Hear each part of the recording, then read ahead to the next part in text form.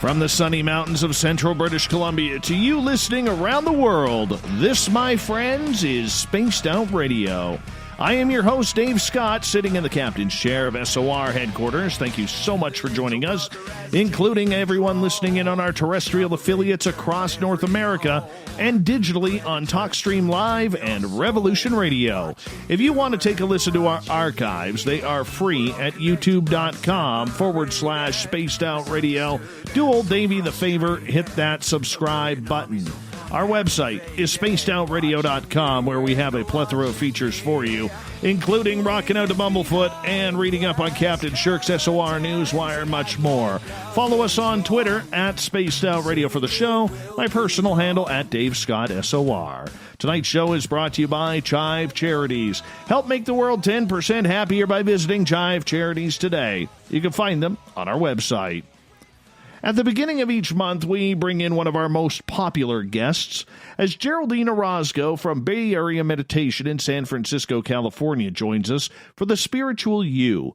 A life-changing contact experience in 2013 resulted in Geraldine's activation of psychic abilities, and in 2017, she underwent several hypnotic regressions with vetted therapists. Regressions uncovered a lifelong history of abduction and participation in human hybridization.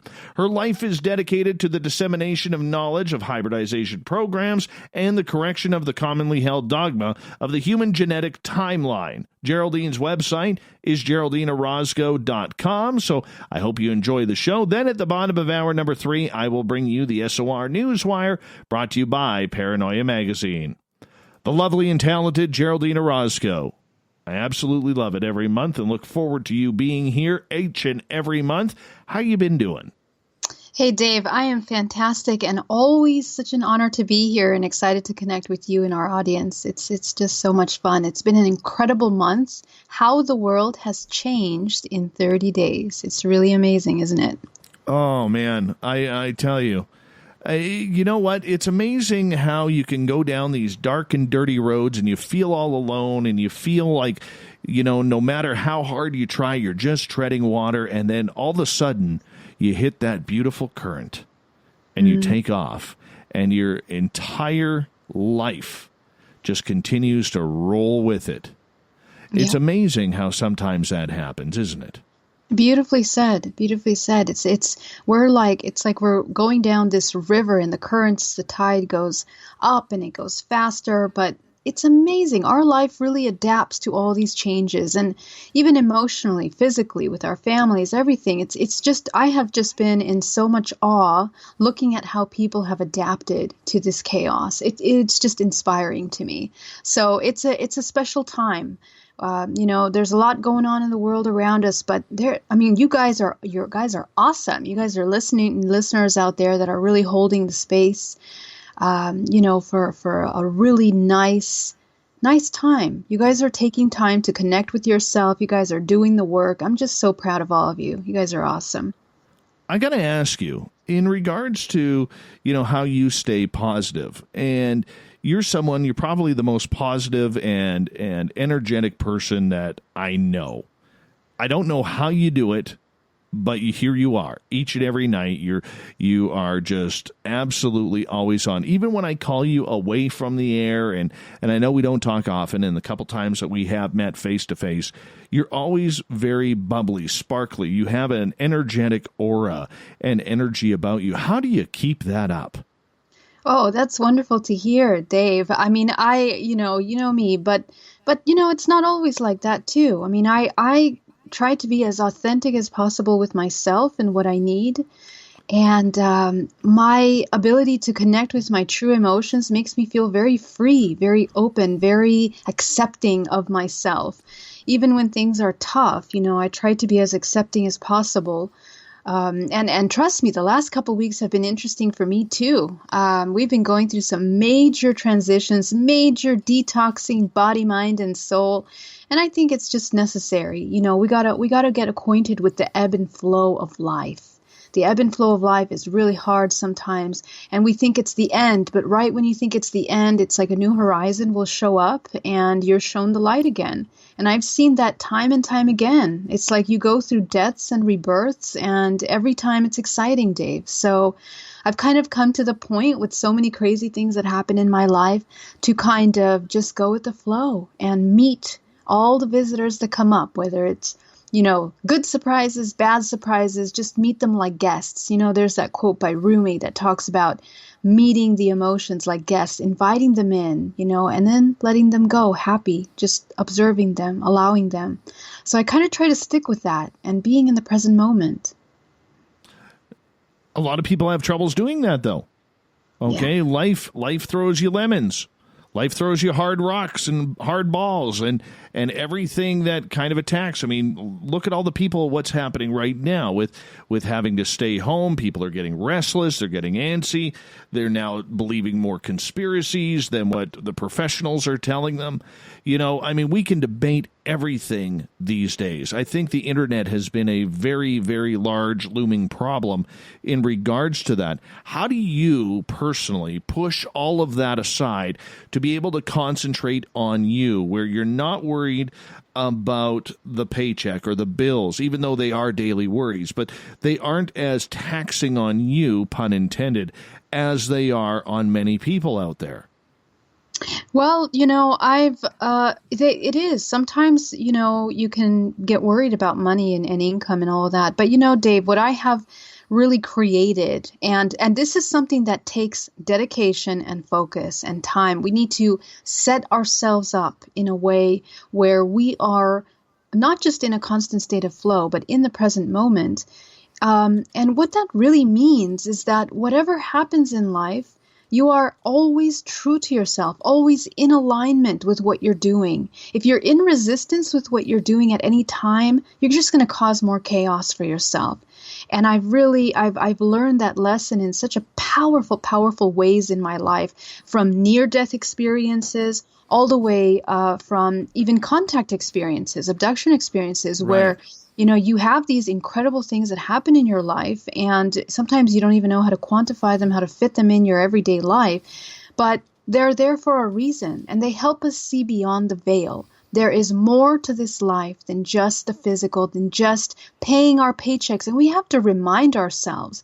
I think that what's happening in the world around us is a great opportunity to remember that we are not just little mice that have to be running in a wheel every day, Groundhog Day, get up, go to work, pay the bill, get up, go to work, pay the bill.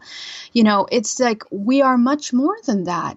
And so this time that's allowed us a moment to take a breathe, a fresh, deep, fresh air into our body and a breath, so that we can kind of reconnect with ourselves and notice how we're running around like crazy. A lot of people have been calling me, telling me, Geraldine, it's amazing. I'm running around like crazy, and now I've had to stay home and stop, and I don't even recognize myself anymore. I don't know what I'm doing anymore. Some people have lost their jobs. Some people have found more work. A lot of things are changing, and we're being put into the unknown, pretty fiercely being faced with the unknown. So in times like this, the most important thing to remember is to really connect with that inner communication. What's happening inside? How do you feel in this moment? Are you in alignment with what you're doing? Take the time to kind of look back at all the things that you've done in your life and decide whether it's something that you want to continue doing. This is a great opportunity to do that. Now, what happens if we don't do this? We can continue, the rabbit race, continue going back to the same patterns that we used to. But what we're going to find is that they're not really working anymore. And our body feels it. The body's changing. The body doesn't want to be under stress, under anxiety, under this strain all the time. We are demanding collectively a new way of honoring our body and our needs. So, things are changing. Even the economy is going to change. So we need to find our new self in this new world that is kind of emerging. It is an opportunity of a lifetime where we are going to have to redefine things in a new way. And the question is, how do we want to end up on the other side? Going back to the same patterns of before are not going to work. And so for me, understanding that is what really helps me reconnect with what I need. When I understood that my emotions were tools, it really helped me take control of the things that I needed in order to create, to manifest in life. I was no longer in alignment with the corporate world. I knew that for many years. So the moment that I left that, it was like a huge weight was lifted off my shoulders. And I realized that I had so much more energy, a more zest for life. So many things returned to me just by making that one decision. And by doing that, I reconnected with what I was good at, what I was able to do, what I was able to provide, what was true to me. And in that state, the money just came. The opportunities just came. And I hear this time and time again, Dave. People that come into what they're supposed to be doing, their passion, what they're excited about, what gets them up in the morning and gets them going, that's where you come into flow. That's where abundance comes in. So this is just a reminder to come back into that state of creation, not survival. When we're in survival mode, we're struggling. But when we're creating, the tables turn. The tables turn, and the way that we react with the world and the world reacts towards us, it begins to change really nicely. Geraldine Orozco is our guest tonight on Spaced Out Radio. Geraldine, is it a matter of enjoying the little things in relaxing? Because I look at things that when I am stressed out, and I stress very easily, much like many people in our audience, I try and do little things. I try and walk in bare feet. I like to lay down on the bed, put my head on a pillow, and let my legs overhang on the bed just to relax, because it just relaxes me. A hot bath. A lot of people enjoy that. I mean, is it a matter of changing that attitude by enjoying the little things that we all enjoy? Yeah, I mean, our mind and our body respond to the things that are in our environment. If we're constantly creating an environment that's toxic and not welcoming, our body's going to it's going to be stressed out all the time. So taking the time, loving yourself enough to choose activities that are nurturing, that are kind, that are loving, that are conscious, are exceptional for you. So taking that bath, taking that moment, it's like a meditation. You take a moment to reconnect with your body, to really see what it needs in that time. And boy, do we need that right now. Some of us are working overtime. We're doing so many projects at once and we're exhausted. So taking the time to kind of check in and, like you were saying, walking barefoot. Just that, like, even if it's like 10 minutes of mindfulness walking barefoot, how recharging is that for you, Dave? I find it very recharging and relaxing. I just like to tune out, just concentrate on myself. And I don't get a lot of time to do that. Most people do not get a lot of time to do that. Where do we find the time? Yeah, and well, here's the thing, and this is what I teach, in my courses. I'm actually starting a new course coming up next month on how to work with the energy in the body. We are physical and non-physical beings. We're multidimensional. And what that means is that we got to get acquainted with how the body works. Our brain is a holographic network that connects with our muscles, our nerves, our nervous system, and it even connects with our multidimensional body. So the aura, which is made up of many layers of information that are constantly like little feelers, they're like receivers that are picking up information from all around you like a sponge. So we got to understand how our environment really affects the physical body, and our mind, our stress, our anxiety, all of those emotions that are pretty heavy as a result of having pretty high stress lives, they cause a lot of toxic imbalances within the body. So when we learn how to do techniques like grounding, for example, which is literally visualizing yourself grounded, connected to the earth, wherever you are, whether you're in a high-rise office or whether you're, in a park, you're connected to the earth, you are balancing the positive and negative charges of the body just by connecting yourself, because you are intentionally aligning yourself with the vibrational frequency of the planet Earth. The planet Earth has a toroidal field around it. We have toroidal fields around the body. HeartMath Institute, look it up, talks about the study of the toroidal field, of the energetic field that we have around our heart, one of the most powerful organs in the body that are emitting signals that are literally sending out information to those around us. And we are also receiving those waves. So we got to get acquainted with this new language. It's energy language that we need to begin to learn. All of us need to learn, because what happens is if we don't, the body is kind of like a candle in the wind. It gets pushed around from left to right. We're stressed out. We have the bills to pay. We have relationships that are stressing. We have our own self-anger at ourselves or frustration at ourselves that we're dealing with. And so when all this stuff builds up, of course we're going to fall apart. We're going to get really stressed out and cause a lot of damage to ourselves. So, these little techniques, really easy. Visualize the center of the earth, visualize yourself connecting, or very simply, bring yourself into the present moment from thoughts of the past or thoughts of the future. There's so much power in that, just to bring yourself into the now. Because in the now, right now, all of us are here talking, listening. We're all safe. We're at home. We are, seated. We're in our warm space. We had food to eat, water to drink. We're good right now. This is the present moment.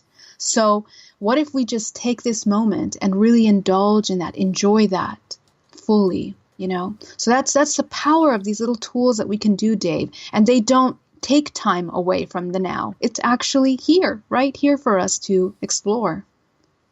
I got to ask you, because I'm a big fan of massage.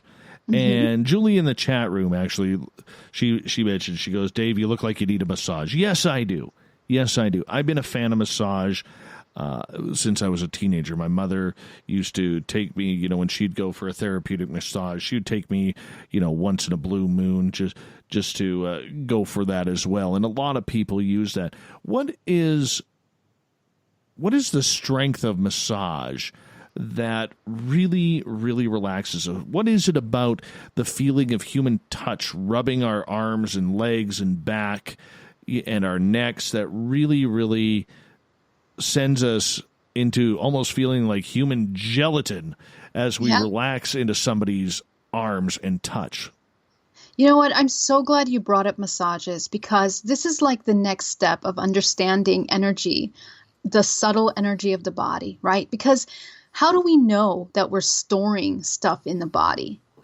When we touch the body and we touch a muscle in the back, for example, that's tender, that hurts at touch, there you go. That is how you know, in that knot that you have in the back of your body, that muscle area that's tender is holding tremendous amount of information, okay? And this information is emotional. A lot of time it's stress that we're holding on to. We don't realize the movements that our bodies do when we're responding emotional or reacting to events that happen in our life. And repetitive reactions are causing these muscles to really tense up and store that information. So when we do massage, we are working with moving that energy out of the body. And look at how beautiful it feels. You begin to feel more expansive, more fluid, more open. And it is such a therapeutic, wonderful technique to use to help reconnect with your body. I've worked with some incredible masseuses out there, massage therapists that have really connected. When they massage a certain area, they can even pick up, what it is that you're storing there, because it's information, as I said. But another thing that we got to take note is that the human body, because it's multidimensional, has meridian lines that run through the body. These meridian lines are networks of energy information, and they are interconnected. For example, in reflexology in the feet, if you press your toe, for example, it's connected to your head. Okay, so for example, if you have a headache that's like pounding headache, if you press that point on your toe, you can actually release a headache. And there's a lot of information about this. I mean, the more that you learn about, the more you can learn how to help yourself with aches, pains, symptoms. I was able to help myself with a headache and a toothache a couple weeks ago just by pressing a point on my foot. It was unbelievable. I tried everything and it was the only thing that worked for me. So, I learned, and we learn by connecting with the body, by practicing, by trying it out, the power of touch in the body, of moving energy through the body. So it is amazing. And if you guys are cooped at home with roommates or friends, see if you can try to give each other some massages. It doesn't have to be anything fancy, but just as long as you move the energy in the body, it really helps out, really helps move that tension. So thank you so much for bringing that up. I used to have a massage therapist where she would get upset if she didn't put me to sleep. And I don't know what she did, but she would rub the back of my legs and my calf muscles. And she did this technique that literally, it felt like there was about 4 to 6 hands on my leg at the same time rubbing.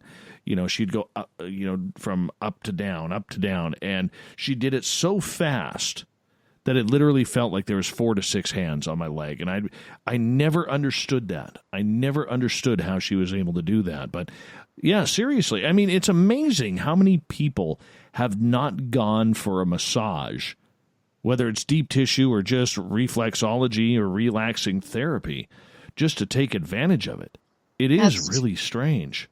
That is true. More people need to get massages. Yeah, that is very true. It's very healthy. I mean, I've heard people really heal themselves emotionally and physically just by a massage.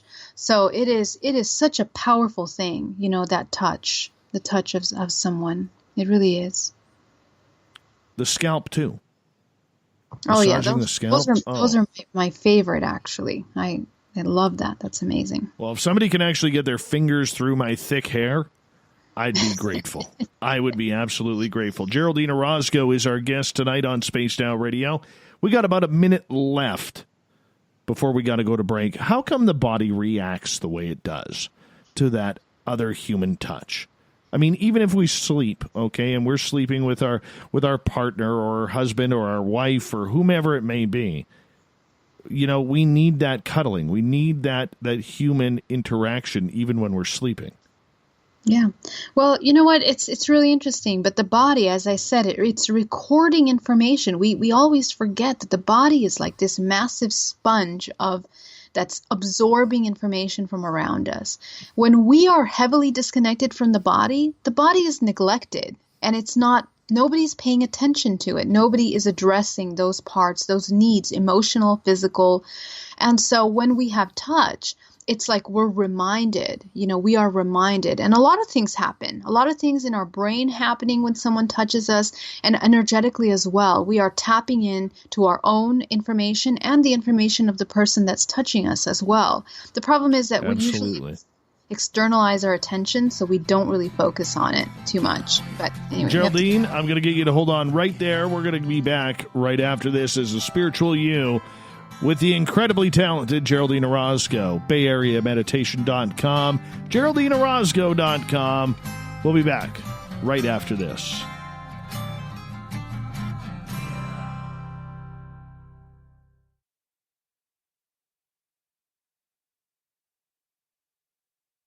Hey, space travelers, this is John Resig, founder of the Chive and Chive Charities. If you know anything about our website, you know we like to do things a little differently. We're not some faceless organization collecting money for a nebulous cause. Our donor dollars go directly toward life-improving items. Then we give those items directly to an underdog who needs it most. To become a donor with Spaced Out Radio's official charity, Chive Charities, just go to chivecharities.org/donate. From the heartlands of Canada to beards around the world, we know how to take care of you. Fill your follicles with the Mighty Moose Beard Oil. All our oils and balms are handmade and 100% natural ingredients because we care about your beard. And hey, use the promo code SOR2019 and get your Mighty Moose Beard Oil today. You can check us out on our website, mightymoosebeard.com.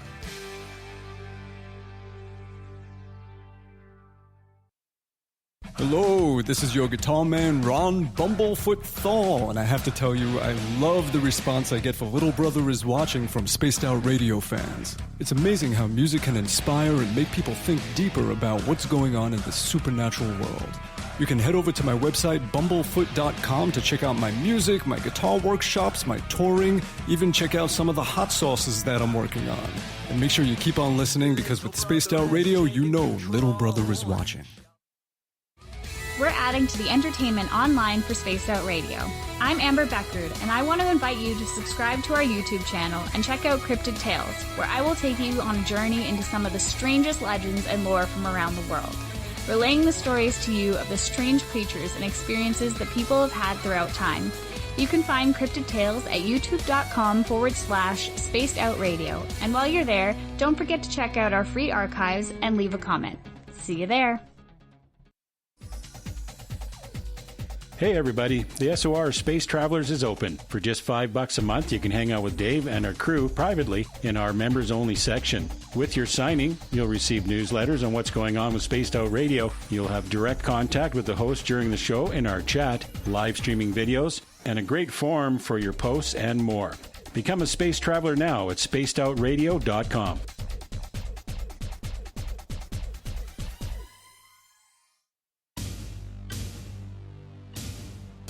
You wanted new SOR gear, and now you can have it. The SOR Vault is fully stocked with t-shirts, hats, hoodies, mugs, and everything in between, with great logos for you to choose from. So head on over to spacedoutradio.com, click on the SOR Vault, and go shopping. Pricing is quite affordable, and you can look good representing your favorite show. So go to our website and pick up your new SOR wear at the SOR Vault today. If you like it hot, real hot, then heat up your meals with Bumblefoot hot sauce. Get your Bumblefoot hot sauce today. The sauce, Bumblicious, and the 4 million Scoville unit Bumble. We're going in hot, real hot, coming out even hotter. Keep the milk nearby and tantalize your taste buds tonight. Bumblefoot hot sauce, available now at kajans.com. Cold drinks, great food, and the best music in Vancouver. The Moose Vancouver is the place to be, open until 2 a.m. nightly. Everything on the menu starts at just $6.95. Who serves food that cheap anymore? At the Moose, you'll never know who you'll run into. Rock stars, actors, athletes. It's the place everyone wants to be. So join us at the Moose Vancouver, the official party bar of Spaced Out Radio. Hello, Space Travelers. It's me again, Carl. Don't forget to join the Space Travelers Club for just $5 a month and follow Spaced Out Radio on Twitter at Spaced Out Radio. Our Instagram, Dave Scott SOR. Our Facebook page is Spaced Out Radio Show. Our archives are free at youtube.com/Spaced Out Radio. Come woo it up with Spaced Out Radio today. Bye!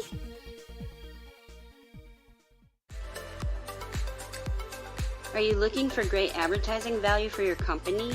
Look no further than Spaced Out Radio. We have a multitude of places to get your name out there, including commercial ads during the show, special promotions, and banners on our website. Our audience is proven to support the companies that support our show. We can make your budget work for you. So for more information, please contact us at sales@spacedoutradio.com. At spacedoutradio.com, we are keeping you up to date on all the news with the SOR Newswire. Captain Shirk leads the team that is bringing you the news of the day and exclusive stories on everything paranormal and supernatural. It's free to read, it's updated daily, and it's right there for you. The SOR Newswire is a one-stop shop for the news of the day. Check it out at spacedoutradio.com today. Need that weekend's supernatural fix? Look no further than Spaced Out Saturday right here at spacedoutradio.com. I'm Stacey Edwards. And I'm John Edwards. Each Saturday night, Stacey and I are going to bring you the best in paranormal, cryptids, UFOs, you name it, and we're going there. It's all about the experience and to share the knowledge with all of you. So tune us in every Saturday night on Spaced Out Saturdays, starting at 9:06 p.m. Pacific, 12:06 a.m. Eastern, only at spacedoutradio.com. We're taking Sunday nights out of this world on Spaced Out Radio. This is Michael W. Hall, also known as the Paranormal Lawyer. Together, we're going to go on an exciting journey into the unknown. I'm going to bring you some of the best interviews in the paranormal and supernatural to start your new week off on a freaky note. So tune in to Spaced Out Sundays with me, Michael W. Hall, only on spacedoutradio.com.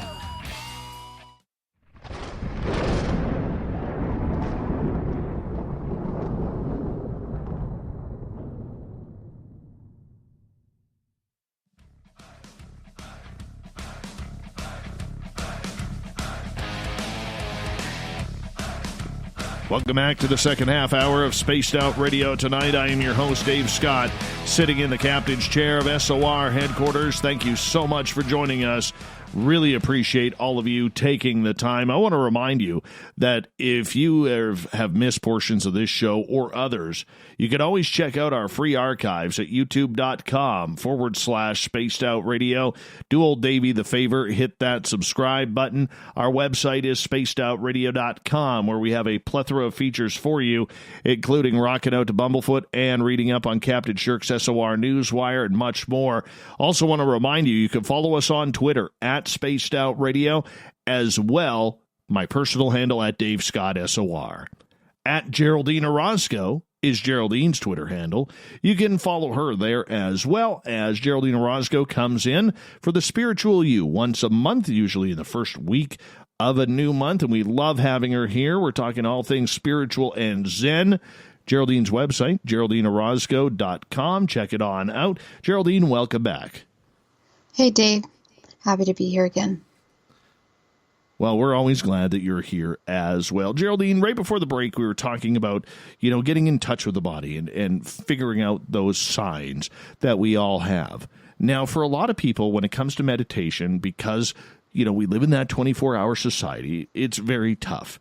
And even to find that 5 minutes to sit in the shower or the bathtub and just relax and chill.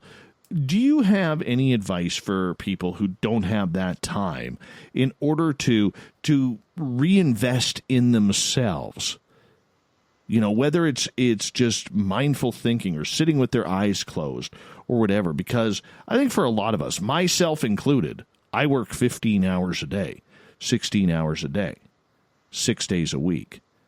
Sure. We're walking around like zombies. Zombies, I tell you. You know what? We're coming into a new invitation of being, Dave. Something that really came through this week, very interesting through some writing, talking about the integration of our understanding of what is right and what is wrong. I think a lot of what takes us away from the connection to ourselves is a fear of even the unknown, a fear of facing ourselves. And I've experienced this myself. I've also, when I speak with my clients, when I'm teaching corporate meditation, and when I speak to my clients internationally, one of the things that is very subtle that comes up is this silent little fear to see the parts of ourselves that we don't want to see. And I think it's something that I would love to kind of shed some light on, now that you asked this question, because it's one of the biggest blockages that doesn't allow us to connect with ourselves.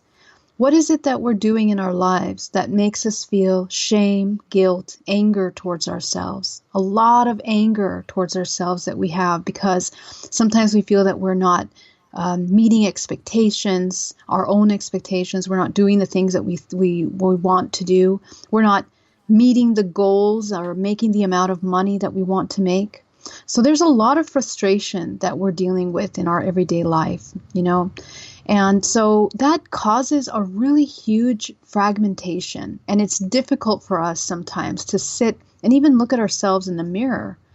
Look at ourselves in the eyes. One of the most powerful practices that I did in my life when I was coming into awakening was doing mirror work by just sitting, looking at myself in the mirror, looking into my eyes, direct into my eyes. And I'm telling you, it seems like something so simple, but as you look into your eyes, there's a certain resistance, and there's maybe even a disgust, maybe a feeling of discomfort. because you are reconnecting with a part of you that you're looking at the shame of guilt. You're looking at the parts of yourself that you reject, that you feel are unworthy. And once you get past that, you begin to look at your face for the first time. And I know some of you may have practiced this before. It's a really powerful practice, such a simple little thing. But this really helped me understand myself on a different level, because I began to see who was Geraldine, the authentic self, the authentic person that doesn't try to please others or look like a certain way for others, or maybe always being attentive to other people's needs, just purely my connection to myself. So this is something that I invite you guys to do that is a really powerful practice. It's just sitting and connecting with yourself. And I have a couple videos of this on my YouTube channel on how to do that. But it's a practice that, at night before bed, you can just take a moment with a mirror and look at yourself. Look at your day. How has your day gone? Are you happy with the things that you did today? Are you happy with the way that you expressed yourself and handled things today? It's a great little reconnection exercise. And as we come in right now to a new way of being, Dave, we are integrating all of those aspects of ourselves that we reject, that we hate. We need to support ourselves. It's time to seriously support the parts of ourselves that we hate, that we are angry at. Because without that, we're just going to go in a downward spiral, into more and more frustration. And it shows. It shows in the way we eat, shows in the way that we speak, the way that we carry ourselves, the choices that we make in our life. How many of your choices are constructive to your well-being? How many of them are destructive to your well-being? So these are some questions that I would really invite you to ask yourself this month, as you're learning new ways of meditation, of connecting, of finding that time to connect with yourself. What about for those who feel unworthy, that they feel that their hard work is not shown the respect? Whether it's parenting, whether it's at their job, whether it's creating a radio show. Yeah. And we sit there and we feel that we don't deserve the good things that happen. There's a lot of people. I can tell you right now, as you were speaking, I've had somebody in our chat room, Fap, who's done something incredible in the last 2 minutes here. And I'm just blown away. Like it's honestly brought me to tears, and I feel unworthy. And there's many people out there who feel unworthy of what they are trying to accomplish, and maybe not getting the recognition they deserve, or that pat on the back, or they don't take compliments very well. Mm-hmm. Absolutely. And that's a big one, Dave. Even myself. And my goodness, are you worthy, Dave? My goodness, are we all such special people? The problem is that, and this is what I work with one-on-one with my clients every day. Even today, I had a couple clients that were dealing with this exact same issue, is this complete rejection of ourselves. But where did we learn that rejection? If you go back to your childhood and you begin to look at what you learned from your mother, what you learned from your father, you're going to realize that a lot of these ways of being, of reacting to things, are things that we learned from them because they perhaps didn't honor themselves. They didn't feel worthy. And so this is what we learn. The truth is, how many people in our lives do we know that really, truly honor and respect themselves and hold themselves accountable, hold themselves and in such high respect where they feel worthy? We don't know too many, really. Maybe they look like it from the outside, but what really speaks is their actions and the way that their life is led, the product of their life, their success. And when I'm talking about success, I'm talking about their ability to feel at peace, in balance with themselves and with what they're doing. We are so disconnected from ourselves that we don't even know whether we agree with the work that we're doing on our daily basis. We are so in denial with the fact that how we feel about things. So the first step is to really get just really honest. And honesty is the hardest thing, Dave, sometimes. Why do you feel we're unworthy? We have these ideas that we're not enough. And who are we comparing ourselves with? Everything is not outside. Everything is inside. The problem is we look outside to these examples which are an illusion, because there is not a single person on this planet Earth that is an example of complete integration. If they were completely integrated, they wouldn't be here. We live in a world, this Earth, this planet Earth, is an expression of duality. Everything has this dualistic aspect to it. And so that being said, our job as humans coming in as this dualistic expression ourselves is to be able to hold space for both, because that's what we create. We create when we can, express both of those. What makes it difficult is the meaning that we begin to apply to these things. We begin to apply meaning to the things that we think are bad, the things that we think are shameful, not worthy, not good enough, mistakes that we make. All of these things that we are constantly judging ourselves, all of these judgments are a product of systems that are put in order to create control. And they're put in to make control for centuries and centuries. Even the concept of shame and guilt was imposed through the church originally in ancient history in order to create control. When did sexuality, when did all of these things become shameful?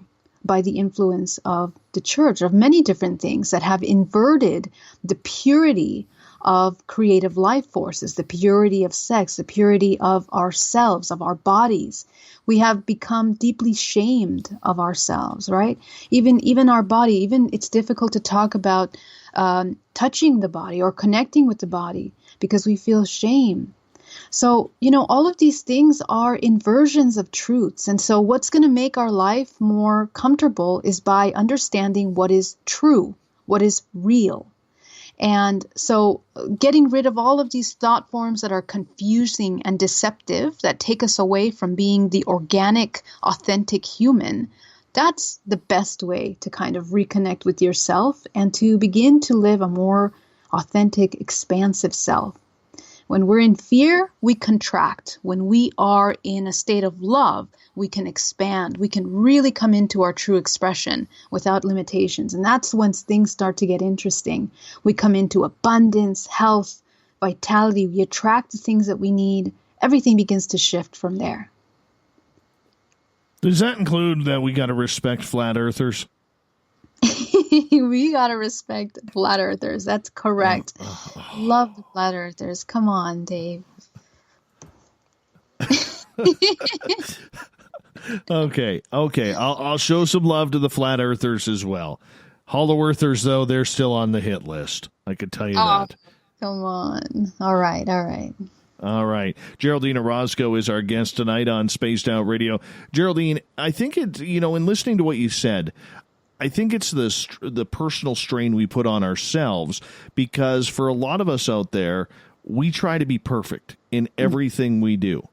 And we have to be able to understand that we don't have to be perfect. Nobody is perfect. We don't need to try so hard and stress ourselves out over perfection when with who we are and the work that we do really is what other people are looking for.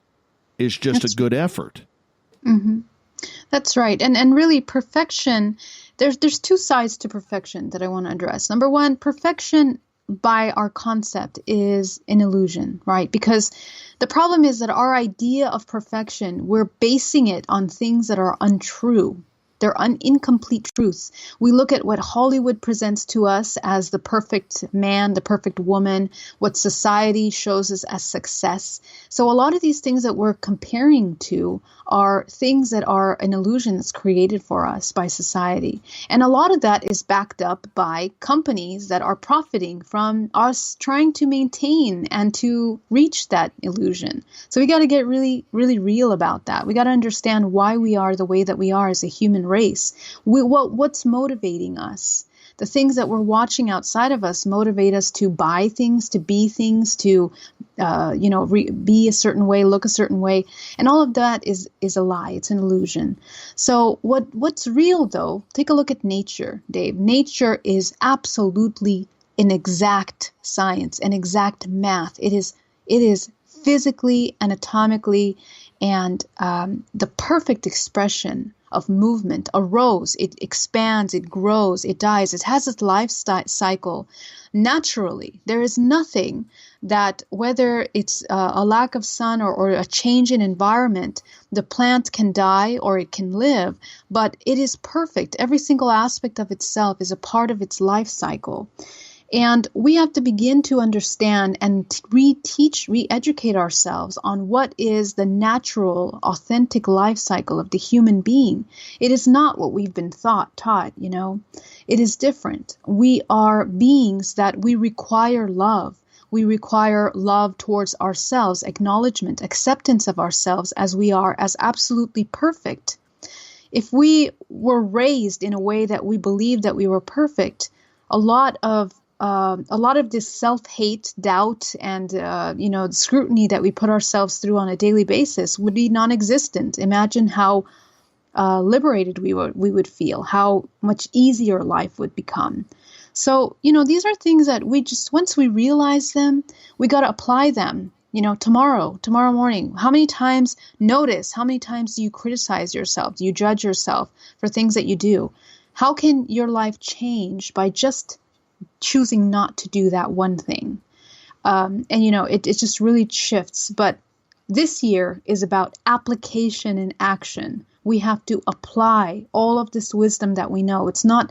We're not thinking about it in concepts anymore. It's about embodying this wisdom. So the time is now, ladies and gentlemen, to do that.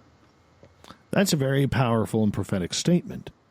And you know what? Actually, our guest is going to talk more about that. I'm excited to have him on because he's going to talk about the numerology of this year, talking about that. And I've been feeling that coming on, Dave, but when I had a meeting with Michael, I've had him do my numerology, I was blown away.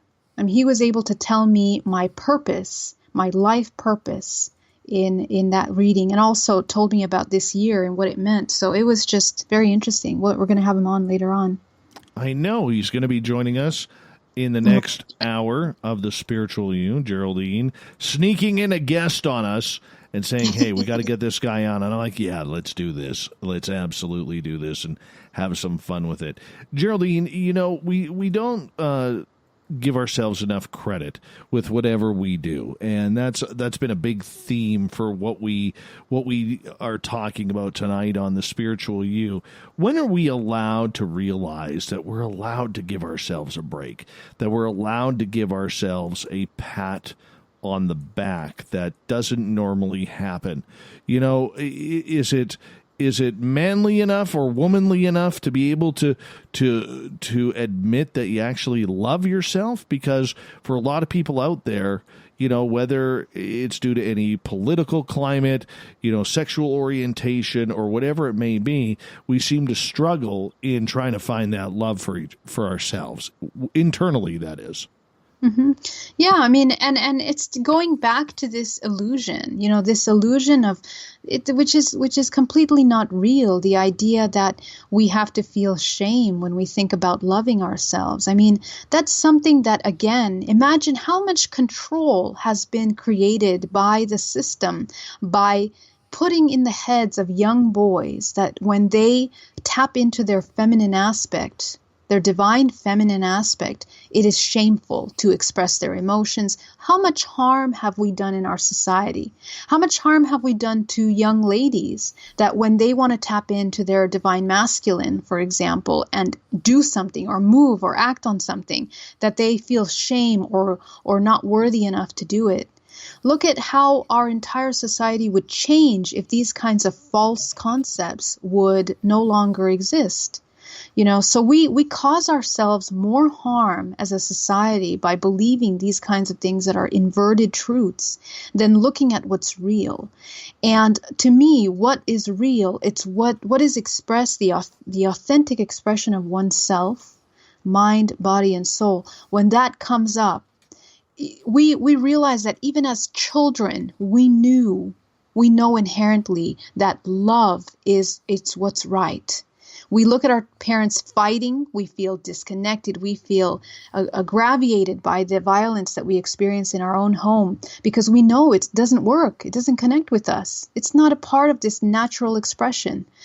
So we are basically living our entire lives completely disconnected from what's real and what is right.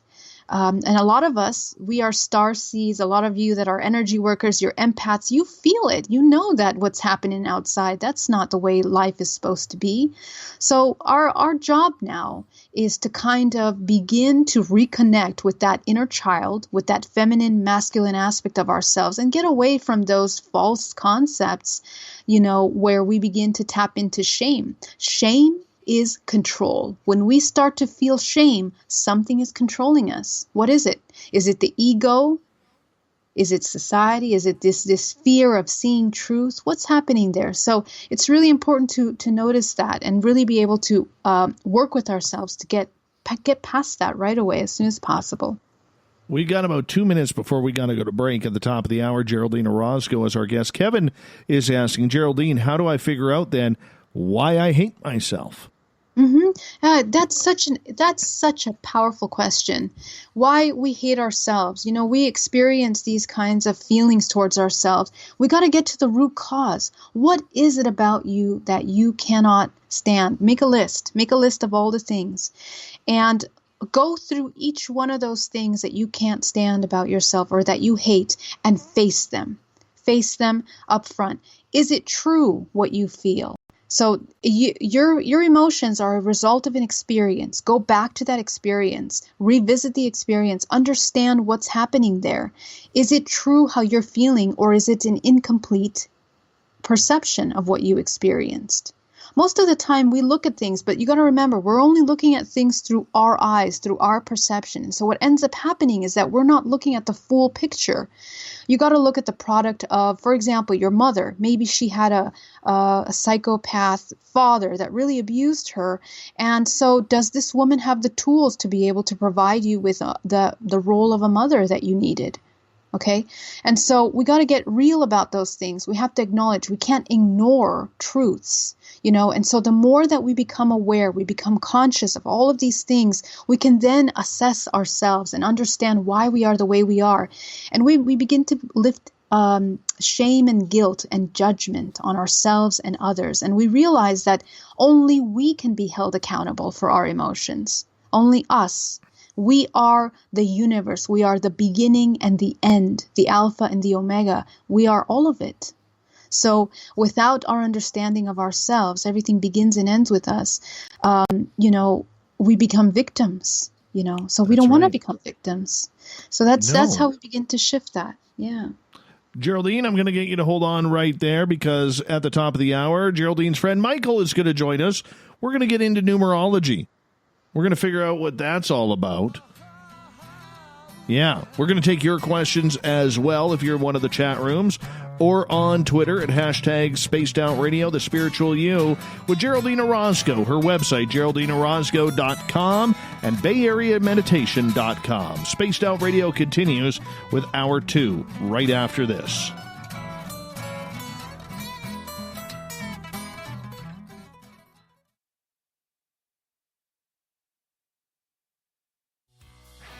Hi there, this is the paranormal lawyer Michael W. Hall. I'd like to invite you to listen in each Sunday night where we're going to open up your eyes to everything strange and paranormal. I will be hosting some great guests with topics that affect us all, such as UFOs, ghosts, and everything paranormal. Let's learn together on Spaced Out Radio Sunday with myself, Michael W. Hall, the paranormal lawyer at spacedoutradio.com. Hello, space travelers. It's me again, Carl. Don't forget to join the Space Travelers Club for just $5 a month and follow Spaced Out Radio on Twitter at Spaced Out Radio. Our Instagram, Dave Scott SOR. Our Facebook page is Spaced Out Radio Show. Our archives are free at youtube.com/Spaced Out Radio. Come woo it up with Spaced Out Radio today. Bye! Hey, space travelers, this is John Resig, founder of the Chive and Chive Charities. If you know anything about our website, you know we like to do things a little differently. We're not some faceless organization collecting money for a nebulous cause. Our donor dollars go directly toward life-improving items. Then we give those items directly to an underdog who needs it most.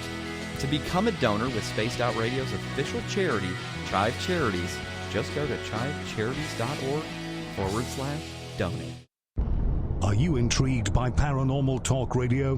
You'll love the new Paranormal Radio app from TalkStream Live. You'll find a great selection of talk shows covering UFOs, ghosts, strange phenomena, and much more. Download the Paranormal Radio app now and start listening to the very best in paranormal talk entertainment, including the network you're listening to right now, the Paranormal Radio app, free in Google Play and the iOS App Store. The party is always on at the Moose Vancouver. The Moose Vancouver is where you want to be when visiting Canada's West Coast. Open until 2 a.m. nightly, the Moose cranks up the rock while serving some of the best rated food in the city. The menu starts at $6.95. Why party anywhere else in Vancouver when the Moose is right there? Get your horns up and rock with the Moose, the official party bar of Spaced Out Radio.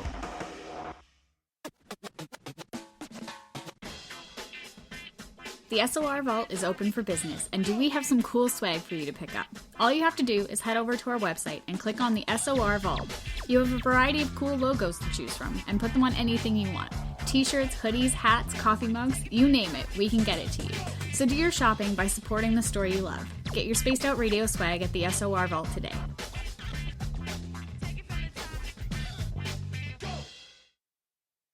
Hi, this is Amber Beckrud, and I want to invite you to subscribe to our YouTube channel where we store all of the SOR show archives for free. And as an added bonus, every 2 weeks I'm posting brand new content on Cryptid Tales, where I will get into some of the spookier legends and folklore from around the world and tell the stories that go with them. Find us at youtube.com/spacedoutradio and check out Cryptid Tales today. Drop a comment and let me know what you want to hear. See you there. I'm feeling a little spicy tonight. What to do? What to do? Why not get Bumblefuck? 4 million Scoville units of pure hard rock. Bumblefoot hot sauces come in 3 flavors. The burning Bumble. Tone it down a bit with Bumblicious and throw the sauce on everything. Spice it up. Bumble me, baby. Bumblefoot hot sauce. Get it today at kajans.com. Hey everyone, I'm John Edwards. And I'm Stacey Edwards. Together we're taking over Saturday nights on Spaced Out Radio, where we're going to bring our own experiences of the paranormal and talk to the best people we can find to help bring you answers to your strange tales. We're here to entertain your need for weekend woo! So tune us in at spacedoutradio.com starting at 9:06 Pacific, 12:06 a.m. Eastern, where we can all get a little spooky together. Spaced Out Saturday nights right here at spacedoutradio.com.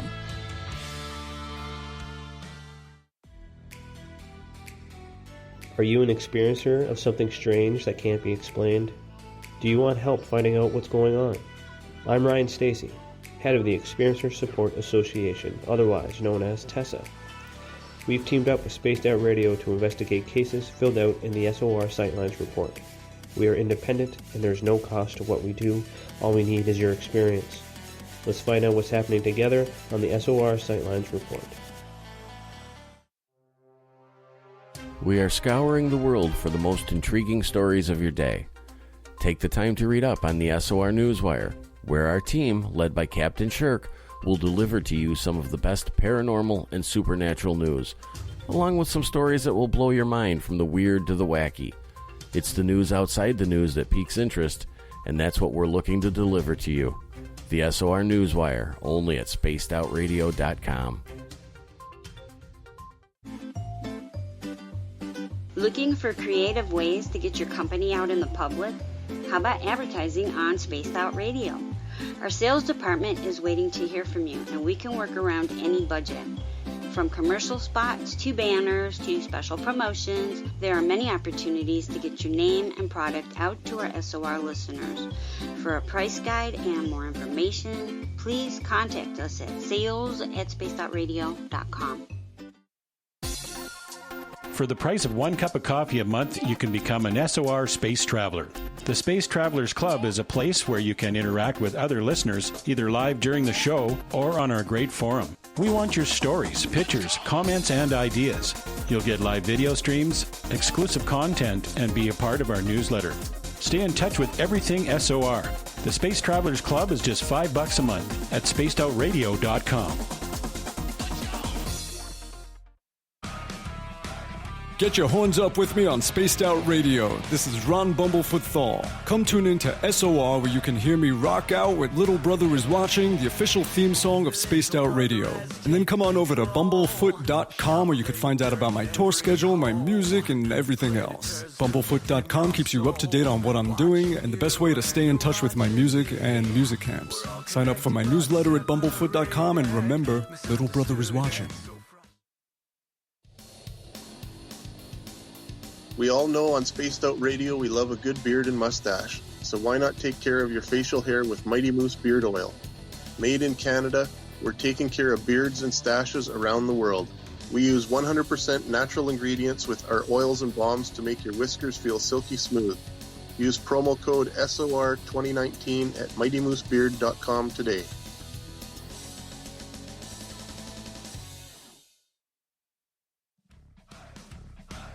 You're listening to Spaced Out Radio with Dave Scott. Follow Dave on Twitter at Spaced Out Radio and on Facebook, Spaced Out Radio Show.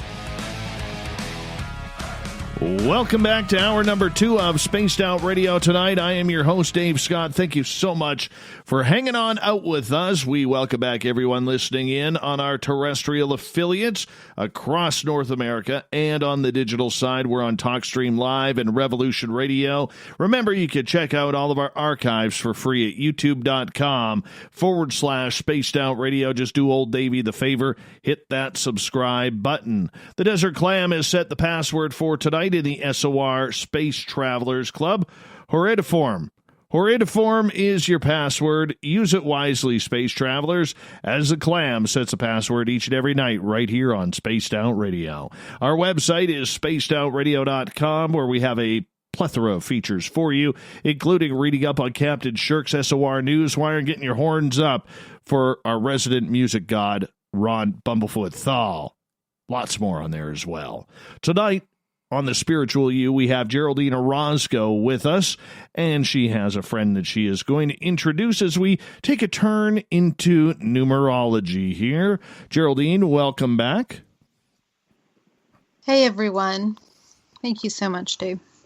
Oh, no problem. You got a friend with us now, a good friend of yours who is very much accurate when it comes to numerology and everything along the numbers game when it comes to life. Who's our friend Michael here? Yes, wonderful. Well, Michael Bisfiglia is an amazing numerologist, and I met him at East West Bookstore here in the San Francisco Bay Area, which is a really awesome metaphysical bookstore where they have events. And he's one of the readers there. And the other day, I had a chance to have a reading with him, and it blew my mind. The ability that he had to, just by numbers, calculating my name and in the year of birth. I'm sure he's going to tell you more about it, but being able to identify my purpose, my life purpose. And I've never quite heard before a numerologist that can identify your life purpose to such accuracy. I'm not just talking about, oh, you're going to be a healer. You know, we're talking about real life purpose, like as a vibrational frequency. And so I was really connected with Michael because of his ability to do that. And he really kind of goes back to original numerology, going back to alchemy and, working with numbers on that level. He is a native here to the Bay Area. And I'm just going to read a little bit about him. He was raised Catholic, and he wasn't actually into all of this until he says his only relationship with metaphysics was the astrology section of the newspaper until, he grew up, he got married. He has his own business as a air hydraulics mechanic, and then he was divorced. And then after that, he met a friend that introduced him to numerology, I believe it was. But why don't I let Michael tell us a little bit more about himself? Michael, welcome to the show. Well, thanks for having me on. Thank you. So, how did you get into this numerology? Let's start there. I want tell us about your story about how you got into it. Well, you want the short version or the long version? Well, let's take the long version. Let's take long. We got time. We got time. Let's learn about you, Mr. Mike. Well, like Geraldine was saying, it started back when, my only relationship with metaphysics was, the newspaper, basically, and never even heard the term before. So when I divorced, my first wife wanted a divorce, I couldn't figure out why that happened. Why was it, I thought everything was just roses. So then what happened is my next door neighbor actually introduced me to astrology. And I was telling her about my plight, and everything. And she said she had been doing self-hypnosis, and she was going to these lectures. And, she had it was into a lot of different, metaphysical things. And so I started studying astrology. And I said, geez, I might just become an astrologer. Then I realized that my first wife and I were just not suited for one another at all. And I'm surprised we stayed together 5 years. So then the quest was on, and we started, going into more and more metaphysical, my metaphysical journey. You start sampling things, and it was crystals and Reiki and running energy and, all kinds of different aspects. And then I was really studying the astrology. And about 1984, I think it was, I picked up a numerology book, and I was kind of thumbing through it, and then I says, this is really complicated. And it didn't really kind of make sense, and I was having a hard time. How do I apply this to my life? And so I just stuck it on a shelf. So then about 5 years later, I was doing my astrology stuff, and I came across Pythagoras, which supposedly was the father of number, this Greek philosopher, and he coined the phrase philosopher. So, and then I was reading about him in association with the numbers and what his philosophy was about that. And so I said, hey, I've got a numerology book, and then the light bulb went off. Oh boy! So I ran home, get the book, and I'm studying it, and then I was looking in the back of the book for the resources of this person who, wrote this book. And so I got those books, and some were out of print, but I got as much information as I could. And then that was the quest. And then the quest was on. And then I was studying. And I kind of dropped astrology, and I really kind of went with the numerology more and more. And I was studying it for about 15 years. And I was still in a quandary about it. It was even all the books I had gotten in that, I think I have over 50 books. But to make a long story even longer, I was studying in one of the books there, and this guy was going to actually be in San Francisco at the old expo that they used to have years ago. I think they've moved it now, but it was in the Fashion Center in San Francisco, the Whole Life Expo. And he was going to be there, and I had his book, and he had been a numerologist for like 20 years. And so, I'm going to get my big question was, what takes precedent in the life, the name or the birth date? Because you can make a case for either one. And books a lot of times don't tell you what that philosophy is about. And so I get over there, I get him to sign my book, and I'm saying, hey, what takes precedent in life, the birth date or the name? He says, well, it's just a matter of semantics. And I go, huh? It's like, really? This is your best answer? So I was right back to square one as far as I was concerned. So I I go back. I'm in a quandary, so I just go back to what I was doing. And I found this one book that was really inspirational, and it was by Dr. Juno Jordan, who was actually an astrologer, but her mother was a numerologist. And she was, Dr. Julia Seaton was the mother of Juno Jordan. And she was one of the first ladies to bring numerology to the United States from Europe. And so she started something called the Numerological Institute, which was in Concord, California, which was actually in the Bay Area here. And so I was going, wow, this is a great thing. I'll just go over there. I'll join the Institute, and I'll just really learn about, numerology. And, well, of course, that was 25 years prior. They were gone. The Institute was gone. There didn't seem to be anybody to really learn from at that particular time. The net wasn't up as much as it is now. I wish it had been. So I started looking more and more into the different books and things like that. But for the most part, I was kind of adopting my numerology around this particular book that she had called The Romance in Your Name. I think it's very well written, and a lot of research went into it. And for 25 years, they studied the worth of numerology, different numerologists, and they compared notes every month or whatever. And they came to find out that it was a viable science. It was things that you could rely upon, the numbers meaning certain things. And when certain numbers appeared, certain things could happen. And so, but there was still that quandary in my mind about the name and the birth date. It really... they had the name being the most important thing in the life, and the birth date was secondary. So I literally one day sat down and says, I want a teacher. And I just blurted it out to the universe. I actually said it out loud. I want a teacher. So I actually didn't even think about that after that. I just went back to what I was doing. And I was being fairly successful in my readings and that, and I had read quite a few people. And I was developing my own charts and things like that, because the books don't really give you anything that really is like a complete chart. And that helped a lot in organizing the information. I started. This guy was referred to me for a reading, and from one of my friends.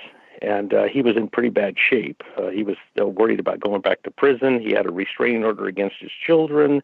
He was divorced. He had gone bankrupt. He owed the IRS and the State Board of Equalization and everybody money. He had a good job. He's working for this electrical company. Geraldine had mentioned I was air hydraulics mechanic. He was actually one of my customers over the years, which was interesting.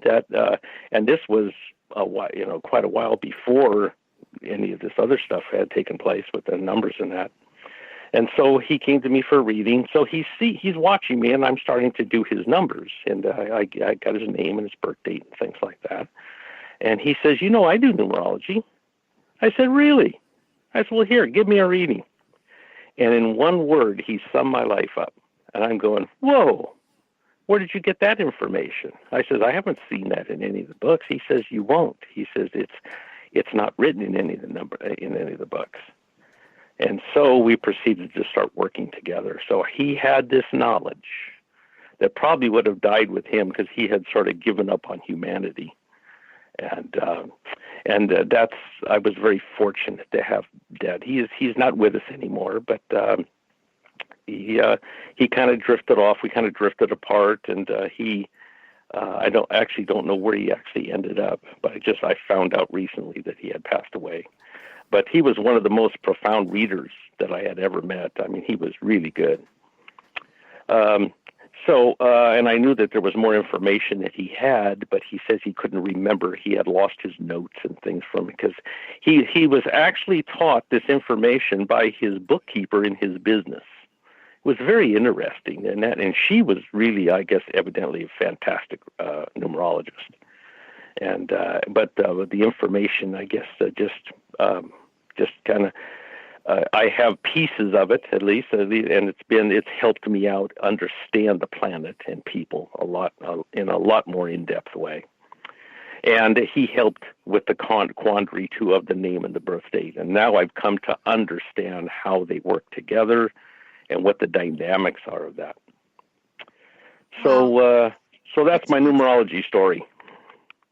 That is amazing. So one of the things I wanted to ask was the origin of numerology. Michael, could you tell us the origin? And, you were explaining to me in such a beautiful way about the electrons, protons, particles. Where does this all start? Where does this all start? It's so interesting. Good question. Well, your awareness of numerology is yourself. You have numbers built into you when you come here. You have 10 fingers, 10 toes. So you have all the numbers 1 through 9, and then that 10. The Greeks considered 10 the number of perfection. So see, we're the number of perfection. So that's kind of where us as humans have a real awareness of using numbers by counting on our fingers. Anything that can be measured needs numbers. Quantity needs numbers. Anything that is a distance, all of the other sciences depend upon numbers to exist, but numbers are the only things that can exist alone.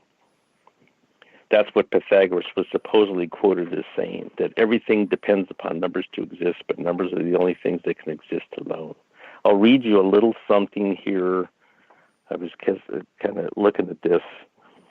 The principles governing the numbers were understood to be the principles of real existence. The elements of numbers were the elements of realities. Pythagoras said that this relationship of numbers to experience was divine law, the foundation of the modern system of analysis called numerology. Does that give you enough to think about? Wow. Yeah, that's amazing. That's amazing. And you were talking about how in the beginning there were atoms which contain numbers like electrons, protons, particles. The atoms were transformed through the 4 forces of the universe: the strong nuclear force, the weak nuclear force, the magnetism, the gravity, which contain numbers. The atoms were formed, creating sun, galaxies, planets, which contained numbers. There was a frequency that was interacting between the galaxies and the suns and the planets which contained these numbers.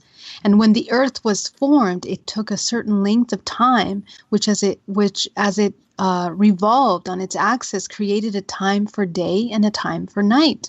So when living things and man showed up on the planet, they brought an outward expression of numbers: 1 head, 2 arms, 2 legs, 10 fingers, 10 toes, and most important feature of the human was 10. This, I believe, is the beginning of true awareness of the connection with the use of numbers. So numbers were used for measurement, quantity, describing cycles of the planets and the suns and the moons, and people saw that certain numbers were associated with actions, feelings. For example, when a man and a woman come together, it took 2 people to create. The moon was romantic. There was love. It brought out emotions in people, and therefore the number 2 became associated with the emotions quanting in the instability of water, associated with partnerships. It took 2 points to make a line in geometry to measure a distance, so on and so forth. So it's just so fascinating, Dave. And I was talking about this with Michael, and so we wanna learn about this. So how does it work? How do you take someone's numbers and get information? How does that work? Well, there's 2 parts to numerology. We have our birth date we can't do anything about, and we have our name we can play around with, okay? And so when we add the birth date together, we get a particular number. And that number is the theme of our life. It's what everything revolves around. It's people say, well, you know, why was I born? What am I here to do? What am I supposed to be doing? That number gives you what your life, I call it the life experience. There's a lot of semantics in numerology, so it can be life path, your life goal. I mean, there's all kinds of different things, but I just call it the experience because that's what it is. Your everything in your life, all the people, the place you're born, what you're born into, the family, mainly it's the people interactions. We're having everything set up for ourselves to have a certain experience. And it depends on whatever that number is. And there's only 9 numbers and 0, and everything in life can be delineated down to one of those numbers. And when we there's basic meanings to the numbers, and then after that there's kind of a spiritual side to the number, and then there's a physical side to the numbers. Numbers have associations with everything, with colors, with music. This is probably the main crux of it. The name is our destiny in life. The Romans said nomen est omen in the Latin. The name is the destiny. And the Egyptians would pick their children's names to live a particular life because they knew that there was power in the word. And that destiny and the life experience, there's a relationship between those two. So sometimes it's more difficult. Sometimes the name is where we look for opportunities in life to work out this experience that we've come to do. And so whatever name we go by the most is going to draw certain opportunities to us. Sometimes it works well, sometimes it doesn't work well. This is why when my second wife married me, she didn't want to take my name because B's stimulate emotions in names, the letter, and her first name is Billy, so it had a B, and I have 2 more B's in my last name, so it was too much emotion for her. I didn't know it at the time. So I luckily I didn't care whether she did or not. So professionally, it was better for her to keep her maiden name anyway. But it those levels of understanding, those nuances, are all kind of wrapped up in. The name gives us natural gifts and abilities. Our birth date does too, but not as much as our name does. Our name gives us quantities of numbers. A lot of times, the more numbers we have of a particular number, like a number 1, if we have too much of that number, it can be an annoying trait to other people, and it can make us have a certain way about us. And so those things you can pick those up real quick when you start adding, numbers related to letters. But then you get into alphabets and you get into different types of numerology, because there are different types of numerology. I use Pythagorean numerology for character analysis because I read, especially with relationships and that. Seems to be very, very good. But Chaldean numerology now is a little more closely tied to the Vedic astrology. And Michael, I'm going to get you to hold on right there because we are going to go to break at the bottom of the hour. You can continue on with that. Geraldine Orozco's The Spiritual You and special guest Michael Brispiglia is here tonight on Spaced Out Radio. Numerology Talk continues right after this on the mighty SOR.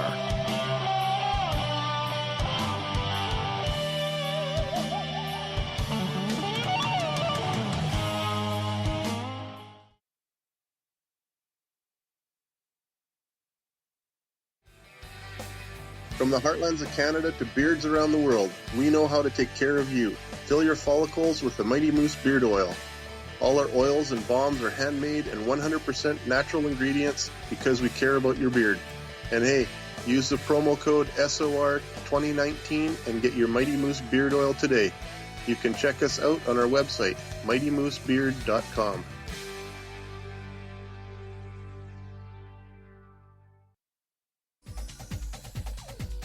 Hey everybody, the SOR Space Travelers is open. For just $5 a month, you can hang out with Dave and our crew privately in our members-only section. With your signing, you'll receive newsletters on what's going on with Spaced Out Radio. You'll have direct contact with the host during the show in our chat, live streaming videos, and a great forum for your posts and more.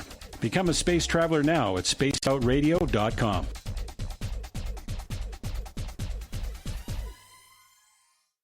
Hey, space travelers, this is John Resig, founder of the Chive and Chive Charities. If you know anything about our website, you know we like to do things a little differently.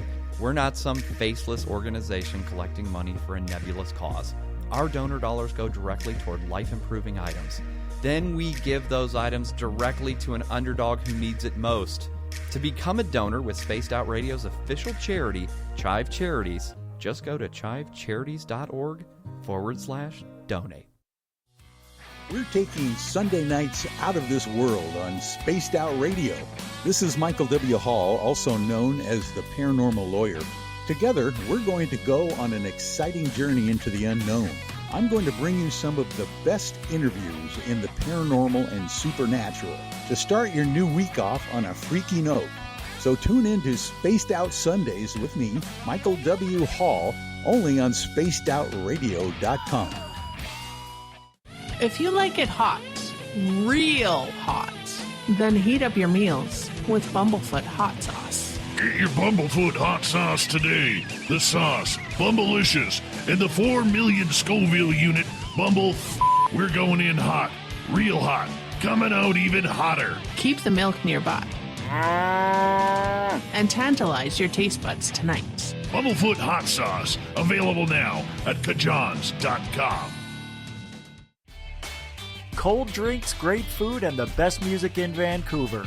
The Moose Vancouver is the place to be, open until 2 a.m. nightly. Everything on the menu starts at just $6.95.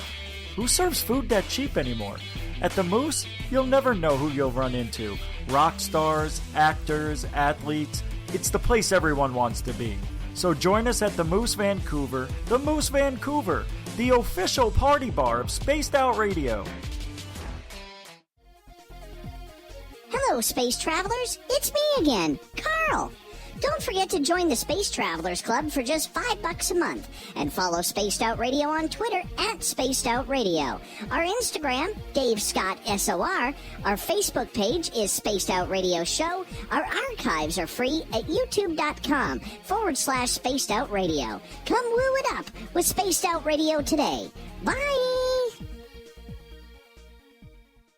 Hello, this is your guitar man, Ron Bumblefoot Thal, and I have to tell you, I love the response I get for Little Brother is Watching from Spaced Out Radio fans. It's amazing how music can inspire and make people think deeper about what's going on in the supernatural world.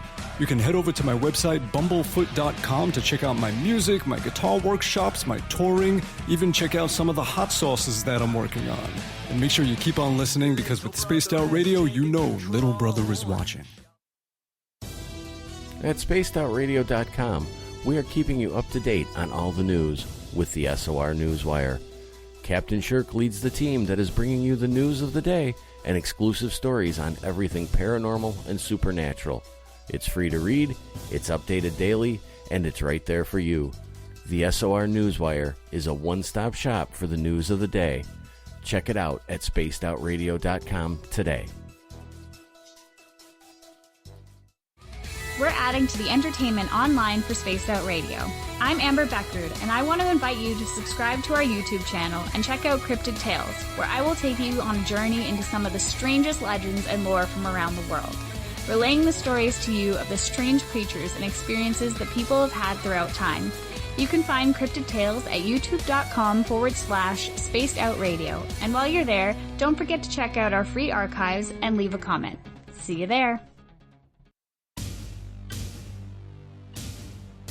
You wanted new SOR gear, and now you can have it. The SOR Vault is fully stocked with t-shirts, hats, hoodies, mugs, and everything in between, with great logos for you to choose from. So head on over to spacedoutradio.com, click on the SOR Vault, and go shopping. Pricing is quite affordable, and you can look good representing your favorite show. So go to our website and pick up your new SOR wear at the SOR Vault today. Need that weekend supernatural fix? Look no further than Spaced Out Saturday right here at spacedoutradio.com. I'm Stacey Edwards. And I'm John Edwards. Each Saturday night, Stacey and I are going to bring you the best in paranormal, cryptids, UFOs, you name it, and we're going there. It's all about the experience and to share the knowledge with all of you. So tune us in every Saturday night on Spaced Out Saturdays, starting at 9:06 p.m. Pacific, 12:06 a.m. Eastern, only at spacedoutradio.com. Are you looking for great advertising value for your company? Look no further than Spaced Out Radio. We have a multitude of places to get your name out there, including commercial ads during the show, special promotions, and banners on our website. Our audience is proven to support the companies that support our show. We can make your budget work for you. So for more information, please contact us at sales@spacedoutradio.com.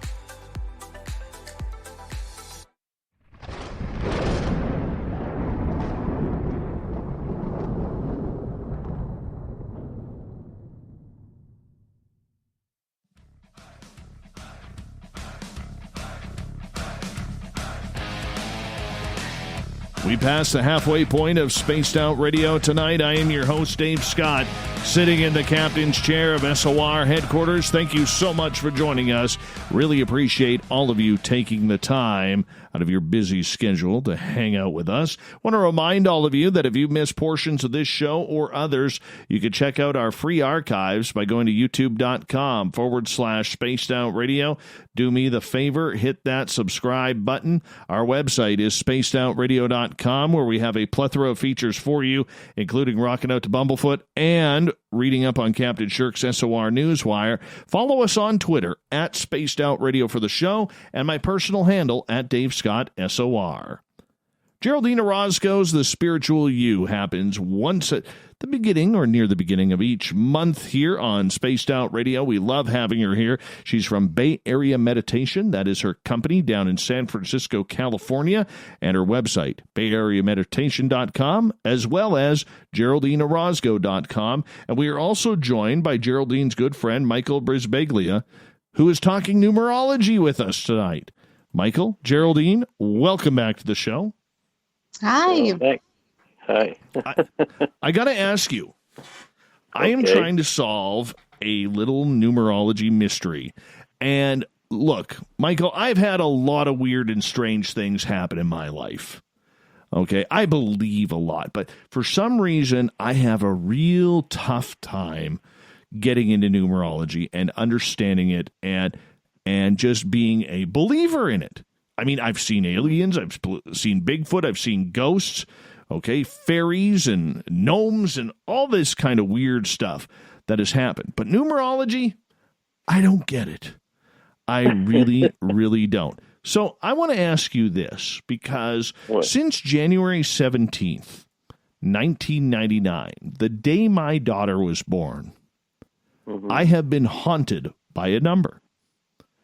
And I don't understand it. I know it adds to 9, which equates down to 3 if you break it on down. Okay. But my daughter was born at 5 pounds, 13 ounces. And now I see the number 513 everywhere. Does not matter if it's on a clock, if I'm playing a game and I look at a coin count or whatever, it's 513. Heck, even my garbage and recycling bids have the number 513 on them. I am haunted by this number, and I have no idea why. Well, probably the first reason is because you say that you're haunted by that number. It's a self-fulfilling prophecy. But regardless of that, your daughter, born on the 17th, that's a very powerful number. That's called the number of immortality. That means over several lifetimes, she has learned through experience. She has to walk the talk, so to speak, and then she gets it. But has great psychic ability too. she could probably do psychic readings. Oh, she's very talented. She's very talented. Yeah, that's there's definitely that ability is there. Yeah, and can be the counselor too, where she counsels others. Yes, very independent though. Oh, yeah, she has no idea. She has no idea, and I'll tell you, I'm not very public about this, but we have an extremely strained relationship, which drives me absolutely haywire. Because we are like two alphas in a wolf pack, and we keep butting heads, even though we don't mean to. To understand this number that you're seeing, I need to have your birth date. Oh, I'll give you that to you. May 24th. Okay. May 24th, 1973. It's almost your birthday. It's your birthday I know. Month. Oh my gosh. It is. Today actually is my mother's 77th birthday. Oh, happy birthday. That's I so know. wonderful. Yes, Mom, we FaceTimed her for about 20 minutes, just chatting away, and she was so happy today.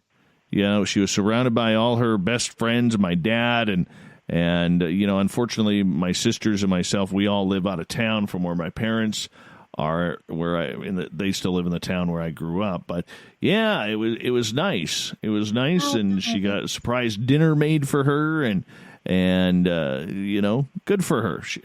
My mom goes through a lot of health problems, and seeing that beautiful smile on her face today through the entire FaceTime conversation, it was so worth it. So worth it. Nice. That's awesome.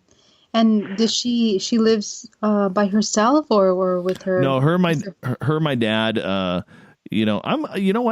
got to say this. I think I am extremely, extremely fortunate that at 46, going on 47, that I still have both my parents alive. Yeah, I'm extremely fortunate, and I got to tell you, Mom and Dad, they're married 50 years last year. And they're going strong, and they're having a good time. And, even with all of my mom's health problems and surviving cancer twice, she just continues to tick on, and I love it. She's a fighter. She is a fighter. That's compelling. That's amazing. Beautiful. Well, now we know where you get it, Dave. You're a fighter too. Yes. Absolutely. Well, you and Geraldine are kind of on the same level in life. Oh, really? That's so interesting. Yeah, you guys are kind of on that. There's an unwritten code between the two of you. Wow. Okay. Yeah, but this 513 is kind of interesting because 5 is the number of change, 13 is the number of death and rebirth. Okay. Ooh, death and regeneration. That is, the 13 is on a higher level, has dominion over everything if the creativity is used constructively. So it's kind of a misunderstood number. But your life is a 13-4. So this 13 is your daughter is bringing, it's reminding you all the time to be patient. That 13 is there to remind you to be patient, and then the 5 brings you opportunities. So the 13 is take your time, build on a solid foundation, and then the opportunities are there. You just need to ask yourself, if it's one of two ways with the 5. It's a disaster or it's an opportunity. So in the face of whatever's happening that goes askew or crazy, ask yourself, where's my opportunity?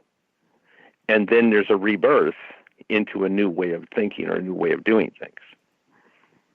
So that would be my interpretation of you seeing that number all the time. But it's definitely tied to your life experience. Because 13, if you look at the old interpretation of 13 and you subscribe to past lives, it would mean former lifetimes of laziness. So the work can befall you this life. So you may not get the credit for all the hard work you put in, but you're doing the necessary work in life. You have to learn to be happy taking out the garbage.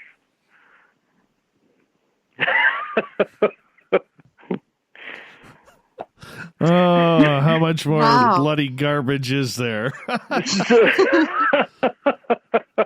Well, it's understood that you by you building solidly, because if you move too fast, if you try to zip ahead, it's A, B, C, D, if you try to zip ahead to Z, it falls apart and you find yourself starting over again, A, B, C, D.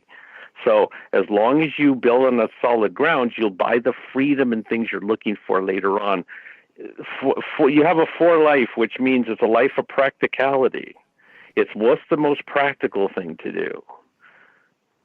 And that practicality means different things to different people. It has a lot to do with how we're raised and what our belief systems are and all kinds of things.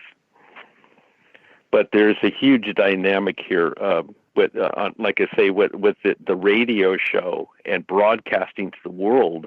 That's the 13. That's the 13 on the high level. The ability to change systems, the way people believe things, the way people see things. It's exactly what your show is about.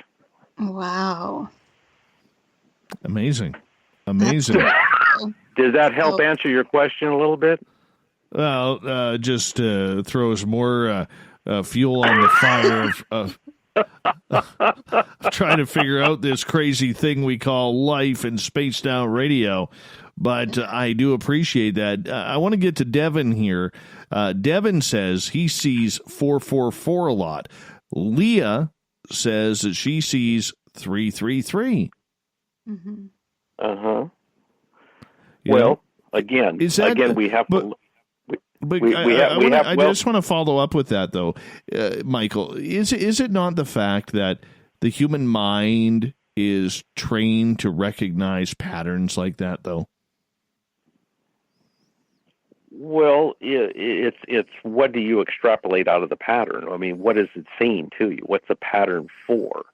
If we recognize the pattern, because we do things, we fall into patterns every day of everything we do. It's just recognizing what that pattern is. You have to be able to stand back and look at what you're doing and why you're doing it. And with numerology, it helps you understand, what the dynamics are around it. So you can understand, if things are always falling apart, or you're having a hard time, or you're running up against things, or your opinion is too strong about something, because the fours can be very opinionated life. So there's all of those dynamics come into play, especially with the interactions of like you say, when you're seeing certain patterns. But it's a lot of times when we're seeing a number, especially we have the digital clocks now and that, so we can see exact numbers all the time. And so it's what are you thinking about at the time, or what are you doing at the time that you see the number? What are you preparing to go to work? Are you, stressed out, or what is it? Because you have the dynamic of the number multiplied, especially like 444, but it's also the 12, and it's also the 3. So if you were to look at the essence of the 444, it's all about creativity, and it's about communication. Michael, sorry to interrupt. Can you explain why it's a 12 and why it's a 3, like you said? Or well, three fours are 12. 4 is 8, and 4 is 12. So if you add all the numbers together, you have a compound number that comes out of that, and then 2 and 1 is 3. So you boil it down to the essence of the basic frequency of 444 is a 3. Now 12, the 12 in there is called the number of the sacrifice of the plans of others. So Devin probably should be aware of listening to other people too much, and what are their plans for him? It may not be his plans, and what is he saying all the time? What is his self-talk? about what he's going through in life or not going through in life. And it's also about creativity. Maybe the 444 is saying, take the time, learn something creative, or be a little more creative. So there's a lot of interpretations here for that 444, but based on what his birth date is. So if we know what Devin's birth date is, then we know what he's here to experience. It ties in with this probably in some way. Or it could be his name also. And there's one number that I didn't talk about, but there's one number that can take precedent over everything in the life, and that is our heart and soul number. Our heart and soul number comes from the addition of the vowels of our name. And that number under times of stress is when the heart comes out. Relationships are good for bringing out stress. and then it's who we are inside, what we really want comes out. And the vowels, the Hebrews believed the vowels to be sacred. They were the names of God. So they used them very sparingly, if at all. They believed that a vowel was the energy that carried a word to another person. So there's a lot of power in our heart. Our heart and soul is kind of the essence of what our soul's evolution has been over many lifetimes.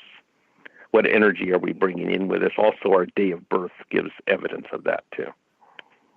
Beautiful. Now, Michael, earlier I was talking about how you were discussing about the year 2020. Can you speak to us a little bit about the year 2020? What does it mean? How did we end up where we are today? If you look at it biblically, we're in the judgment times, right? Okay. Well, the number 20, if you look in the Tarot, the Tarot 20th card is the judgment card. So we're in double judgment this year. Now you also have the 2 and the 2, and which makes 4. So this would be considered universally a 4 year for the planet. Okay, when we started numbering the planet's years. So this would be in a 4 year. This is the year of practicality. This is the year of patience. This is the year of honesty and being honest. And so dishonesty, because the 22 is hidden in this 2020, is called a master number in numerology. And all of the double-digit numbers are called master numbers, because if people do not know how to utilize the master number energy, it will master your life. That's why they call them master numbers. They're because it's doubled in force. The double 2s are 2 is emotions, so it's double emotions that are hidden within this 2020, and you can feel it. Okay. Now the 22 is a worldly vibration. It's called the master architect. And it's bringing everything together for us to all work together. We have this opportunity. So it's definitely, and getting out of the judgment of things being right or wrong. It's about working together. What are we doing as a people? Wow, that's exactly what we were talking about earlier. That's amazing. Right. Yeah. Carl has a question in the chat room. We call him Human Carl around here because we got Carl the Alien too, and we don't want people to get confused between Carl the Alien and Human Carl. Right? Is it Carl with a K or Carl with a C? Carl with a C. And Human Carl is asking, would numerology still work if we only had 8 digits on our hands?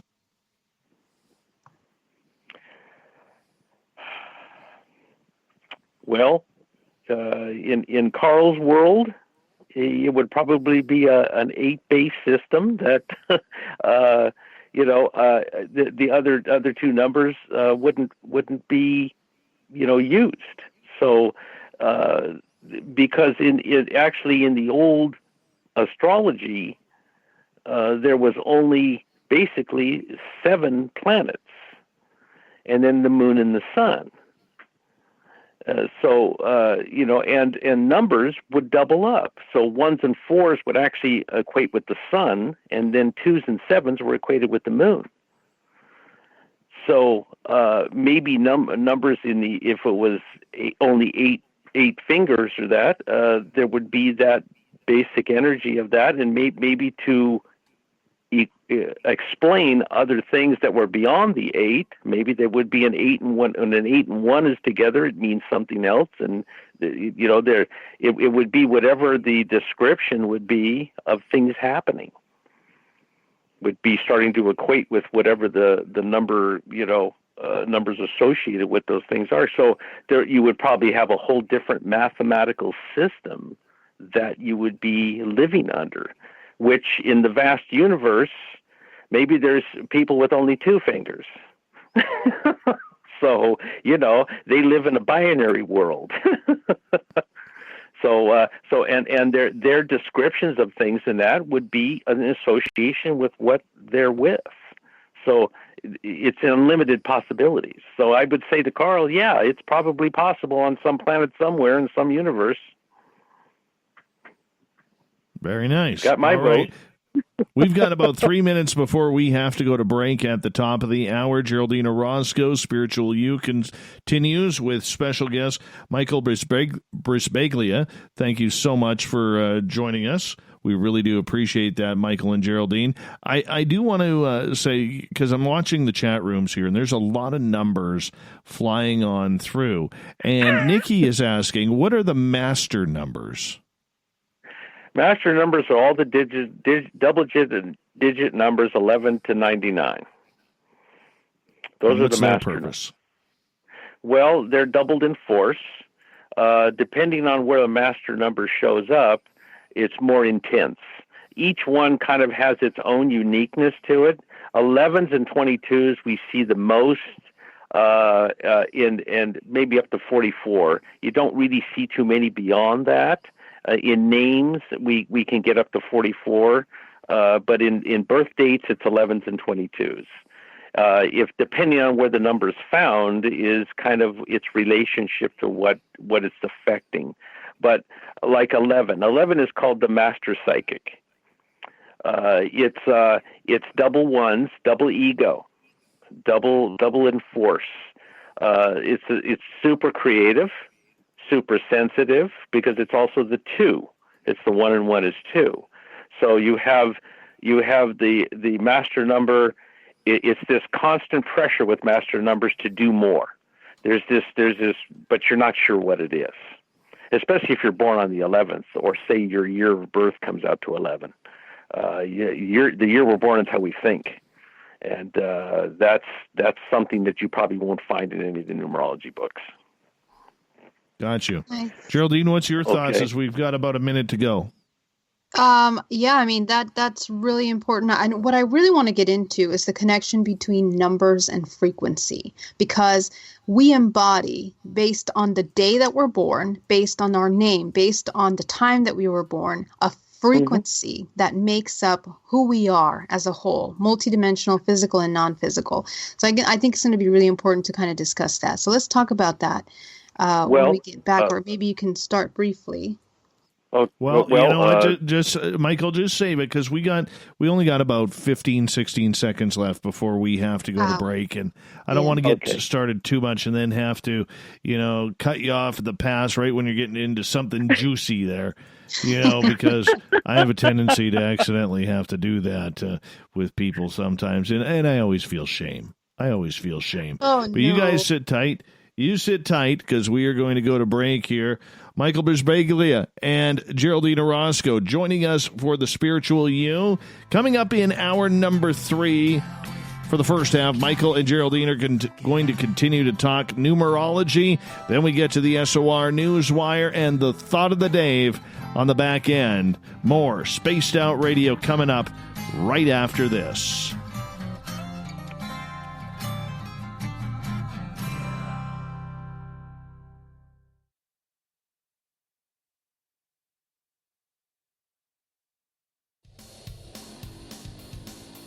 We all know on Spaced Out Radio we love a good beard and mustache, so why not take care of your facial hair with Mighty Moose Beard Oil?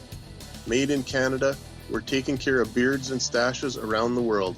We use 100% natural ingredients with our oils and balms to make your whiskers feel silky smooth.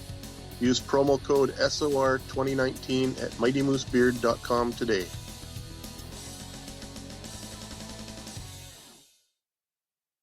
Hey, space travelers, this is John Resig, founder of the Chive and Chive Charities. If you know anything about our website, you know we like to do things a little differently. We're not some faceless organization collecting money for a nebulous cause. Our donor dollars go directly toward life-improving items. Then we give those items directly to an underdog who needs it most. To become a donor with Spaced Out Radio's official charity, Chive Charities, just go to chivecharities.org/donate. We are scouring the world for the most intriguing stories of your day. Take the time to read up on the SOR Newswire, where our team, led by Captain Shirk, will deliver to you some of the best paranormal and supernatural news, along with some stories that will blow your mind from the weird to the wacky. It's the news outside the news that piques interest, and that's what we're looking to deliver to you. The SOR Newswire, only at spacedoutradio.com. Hello, space travelers. It's me again, Carl. Don't forget to join the Space Travelers Club for just $5 a month and follow Spaced Out Radio on Twitter at Spaced Out Radio. Our Instagram, Dave Scott SOR. Our Facebook page is Spaced Out Radio Show. Our archives are free at youtube.com/Spaced Out Radio. Come woo it up with Spaced Out Radio today. Bye! Hi there, this is the paranormal lawyer Michael W. Hall. I'd like to invite you to listen in each Sunday night where we're going to open up your eyes to everything strange and paranormal. I will be hosting some great guests with topics that affect us all, such as UFOs, ghosts, and everything paranormal. Let's learn together on Spaced Out Radio Sunday with myself, Michael W. Hall, the paranormal lawyer at spacedoutradio.com. Looking for creative ways to get your company out in the public? How about advertising on Spaced Out Radio? Our sales department is waiting to hear from you, and we can work around any budget. From commercial spots to banners to special promotions, there are many opportunities to get your name and product out to our SOR listeners. For a price guide and more information, please contact us at sales@spacedoutradio.com.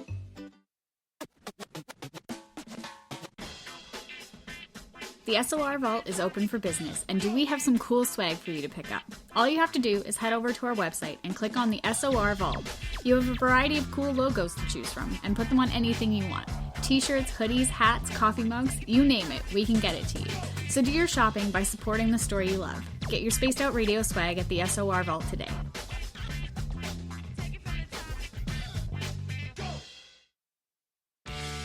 Hey everyone, I'm John Edwards. And I'm Stacey Edwards. Together we're taking over Saturday nights on Spaced Out Radio, where we're going to bring our own experiences of the paranormal and talk to the best people we can find to help bring you answers to your strange tales. We're here to entertain your need for weekend woo! So tune us in at spacedoutradio.com starting at 9:06 Pacific, 12:06 a.m. Eastern, where we can all get a little spooky together. Spaced Out Saturday nights right here at spacedoutradio.com.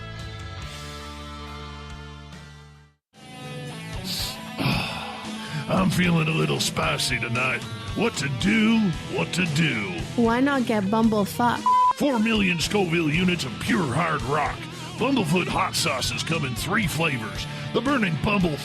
Tone it down a bit with Bumblicious and throw the sauce on everything. Spice it up. Bumble me, baby. Bumblefoot hot sauce. Get it today at kajans.com. We're adding to the entertainment online for Spaced Out Radio.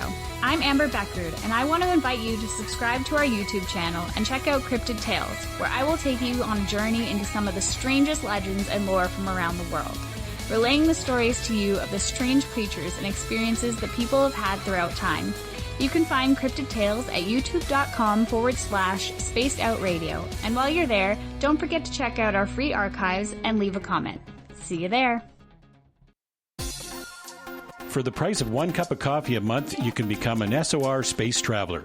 The Space Travelers Club is a place where you can interact with other listeners, either live during the show or on our great forum. We want your stories, pictures, comments, and ideas. You'll get live video streams, exclusive content, and be a part of our newsletter. Stay in touch with everything SOR. The Space Travelers Club is just $5 a month at spacedoutradio.com.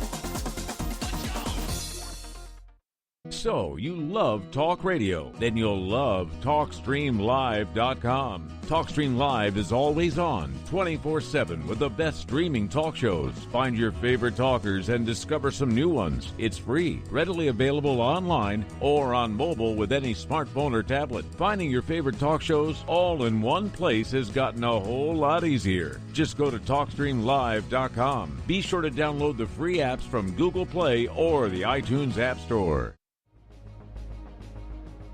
Hello everyone, this is Ryan Stacy from the Experiencer Support Association, otherwise known as TESSA. We're glad to team up with Spaced Out Radio to help investigate your experiences on the SOR Sightlines Report. Together, we'll investigate the strange sightings and occurrences you've had. We're looking for answers just like you. So fill out a Sightlines report on the Spaced Out Radio website and let's figure out what's going on together. Hello, this is your guitar man, Ron Bumblefoot Thal, and I have to tell you, I love the response I get for Little Brother is Watching from Spaced Out Radio fans. It's amazing how music can inspire and make people think deeper about what's going on in the supernatural world. You can head over to my website, bumblefoot.com, to check out my music, my guitar workshops, my touring, even check out some of the hot sauces that I'm working on. And make sure you keep on listening, because with Spaced Out Radio, you know Little Brother is watching. The party is always on at the Moose Vancouver. The Moose Vancouver is where you want to be when visiting Canada's West Coast. Open until 2 a.m. nightly, the Moose cranks up the rock while serving some of the best rated food in the city. The menu starts at $6.95. Why party anywhere else in Vancouver when the Moose is right there? Get your horns up and rock with the Moose, the official party bar of Spaced Out Radio. Would you like to connect with us? Head to spacedoutradio.com for all your latest show info. Now, back to Dave Scott and SOR. Third and final hour of Spaced Out Radio is underway tonight. I am your host, Dave Scott. What a privilege it is to broadcast to you live each and every night. We welcome back everyone listening in on our terrestrial affiliates across the continent and on the digital side on TalkStream Live and Revolution Radio. Remember, you can check out all of our archives for free by going to youtube.com/Spaced Out Radio. The only thing I ask for in return is hit that subscribe button. The Desert Clam has set the password for tonight in the SOR Space Travelers Club. Hortiform.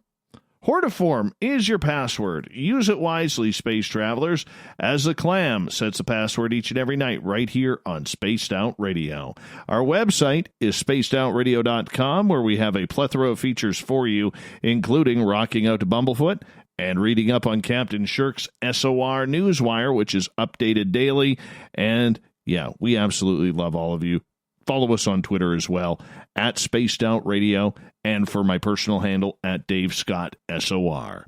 For the final time tonight, we introduce Geraldine Orozco as we continue the Spiritual You, which happens at the beginning of each month on this show, where we get into our Zen and our Chi, and tonight we're getting into a little numerology as well. Geraldine's website, GeraldineOrozco.com. Highly suggest you check it on out. And our special guest tonight, numerologist out of San Francisco, Michael Brisbaglia, is your guest tonight. Thank you so much, both of you, for joining us. What a pleasure this has been.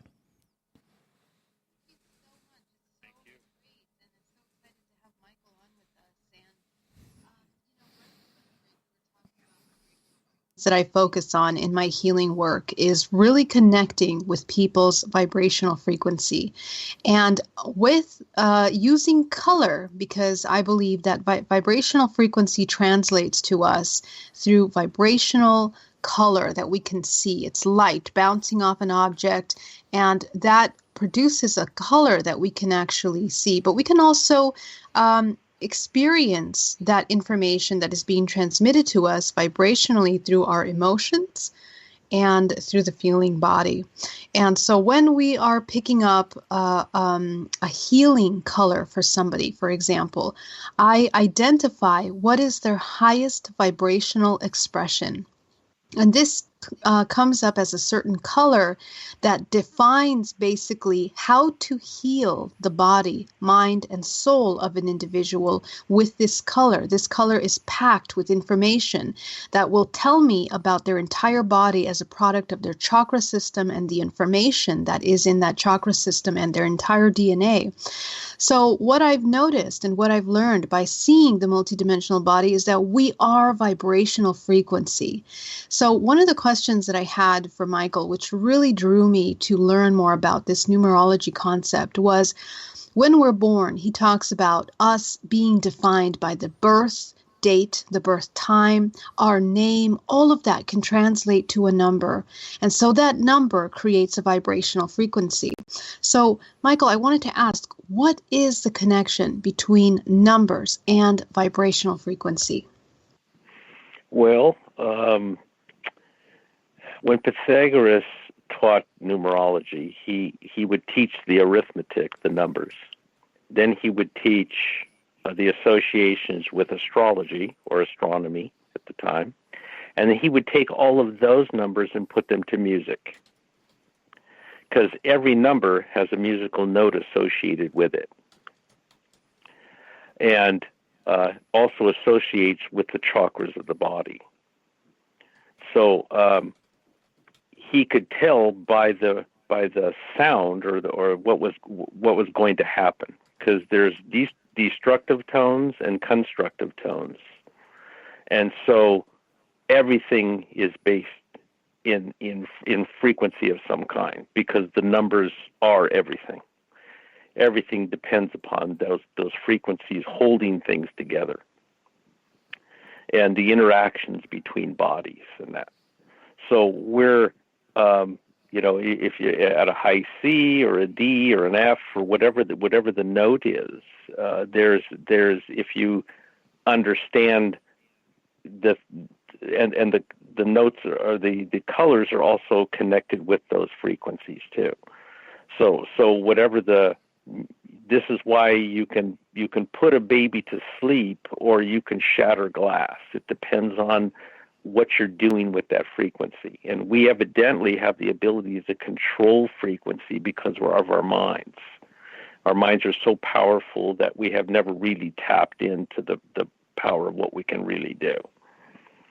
But yeah, the fact that you can put something back into balance, because if it has gotten out of balance because of being off frequency. In fact, Royal R. Rife, if you've ever heard about a Rife machine, well, yes.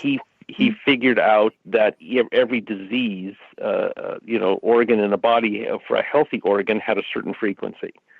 And then he saw that when the cancer was in there, that it had a certain frequency. And if he could tune his machine to what a healthy organ was, the other organism couldn't live in that frequency because it was out of sync with it. So it would kill off the organism and bring the organ back into healthy existence. So the fact of healing and sound, music is very therapeutic. It's very healing. It puts you into meditative states. I mean, it does all those things. So, as far as our healing should be along those lines, and color also. And so does that help explain the frequency connection with numbers? Yeah, sure. So, and along those lines, talk about the healing frequencies like and please excuse me, I have a really bad memory, but is it 438, Dave, or 586, or what is it, Michael? My number? The healing frequency, like, we talk about the love, the unconditional love frequency, 438 hertz, so on and so forth. So can you speak to those? Yeah. What is that? Well, is that the same thing or something different? I actually haven't researched that very much, so I'm not too sure about what there's probably somebody who's got a lot of data on that somewhere, I would think. I'm just not too familiar with that, but I have heard of what you're talking about certain frequencies now I'm not sure where how they're arriving at that. I'm not sure how that, I'm not even sure who's done the most research with that. It would be interesting to find out. Mm-hmm. How can numbers and numerology help us, Michael? Well, it can tell us why we bothered to be born. That's the first thing. And once we have that information, then we understand, what if we can take responsibility for ourselves and what we're here to experience, then we can understand how we're setting things up in our life and why we seem to always have the same types of things happen all the time, or the same kind of interactions, or I find that when we come to experience, we're either born opposite or raised opposite than that, or we have a different set of belief systems. So we seem to be at odds with our own life, simply because we're not understanding that, we have the ability to, it's causing us to look at who we are and what we're doing, so we can live the life we intended to live. I believe that we can also transcend whatever we've come to experience. We can move beyond it once we fully understand what it is, and we're doing it. I think we move into another level of living. So that's and also it helps us understand. Like if we were going to take a trip, we would understand what our personal numbers are. What is our month this month? What is the year going on? It's almost the same lines of astrology, but it's a little more personalized. I have a lot of people tell me that when I'm doing a numerology reading from them, they'll say, "Well, this sounds just like my astrology." I said, "Well, yeah, because astrology is based in numbers. They have to calculate all those things." So it's all tied together. We really all need to have an astrology reading and our numerology reading to understand ourselves personally, and then we can kind of understand how we're going to interact with other people and with relationships and with work and things like that. So also the numerology gives us that kind of guidepost. It helps us understand, when we what types of work and things we're better suited for, or what we can do naturally. Some people have all the numbers. They have all the numbers from 1 to 9, and they're pretty self-sufficient people. But if you can do anything you want to do, then what do you do? So they sometimes have a really hard time with career, because they can, I could be this, and I could be an attorney, and I could do this job and stuff like that. But they end up not doing anything, because it takes more to stimulate them. They really have to really sample a lot of things before they kind of settle into something. Mm-hmm.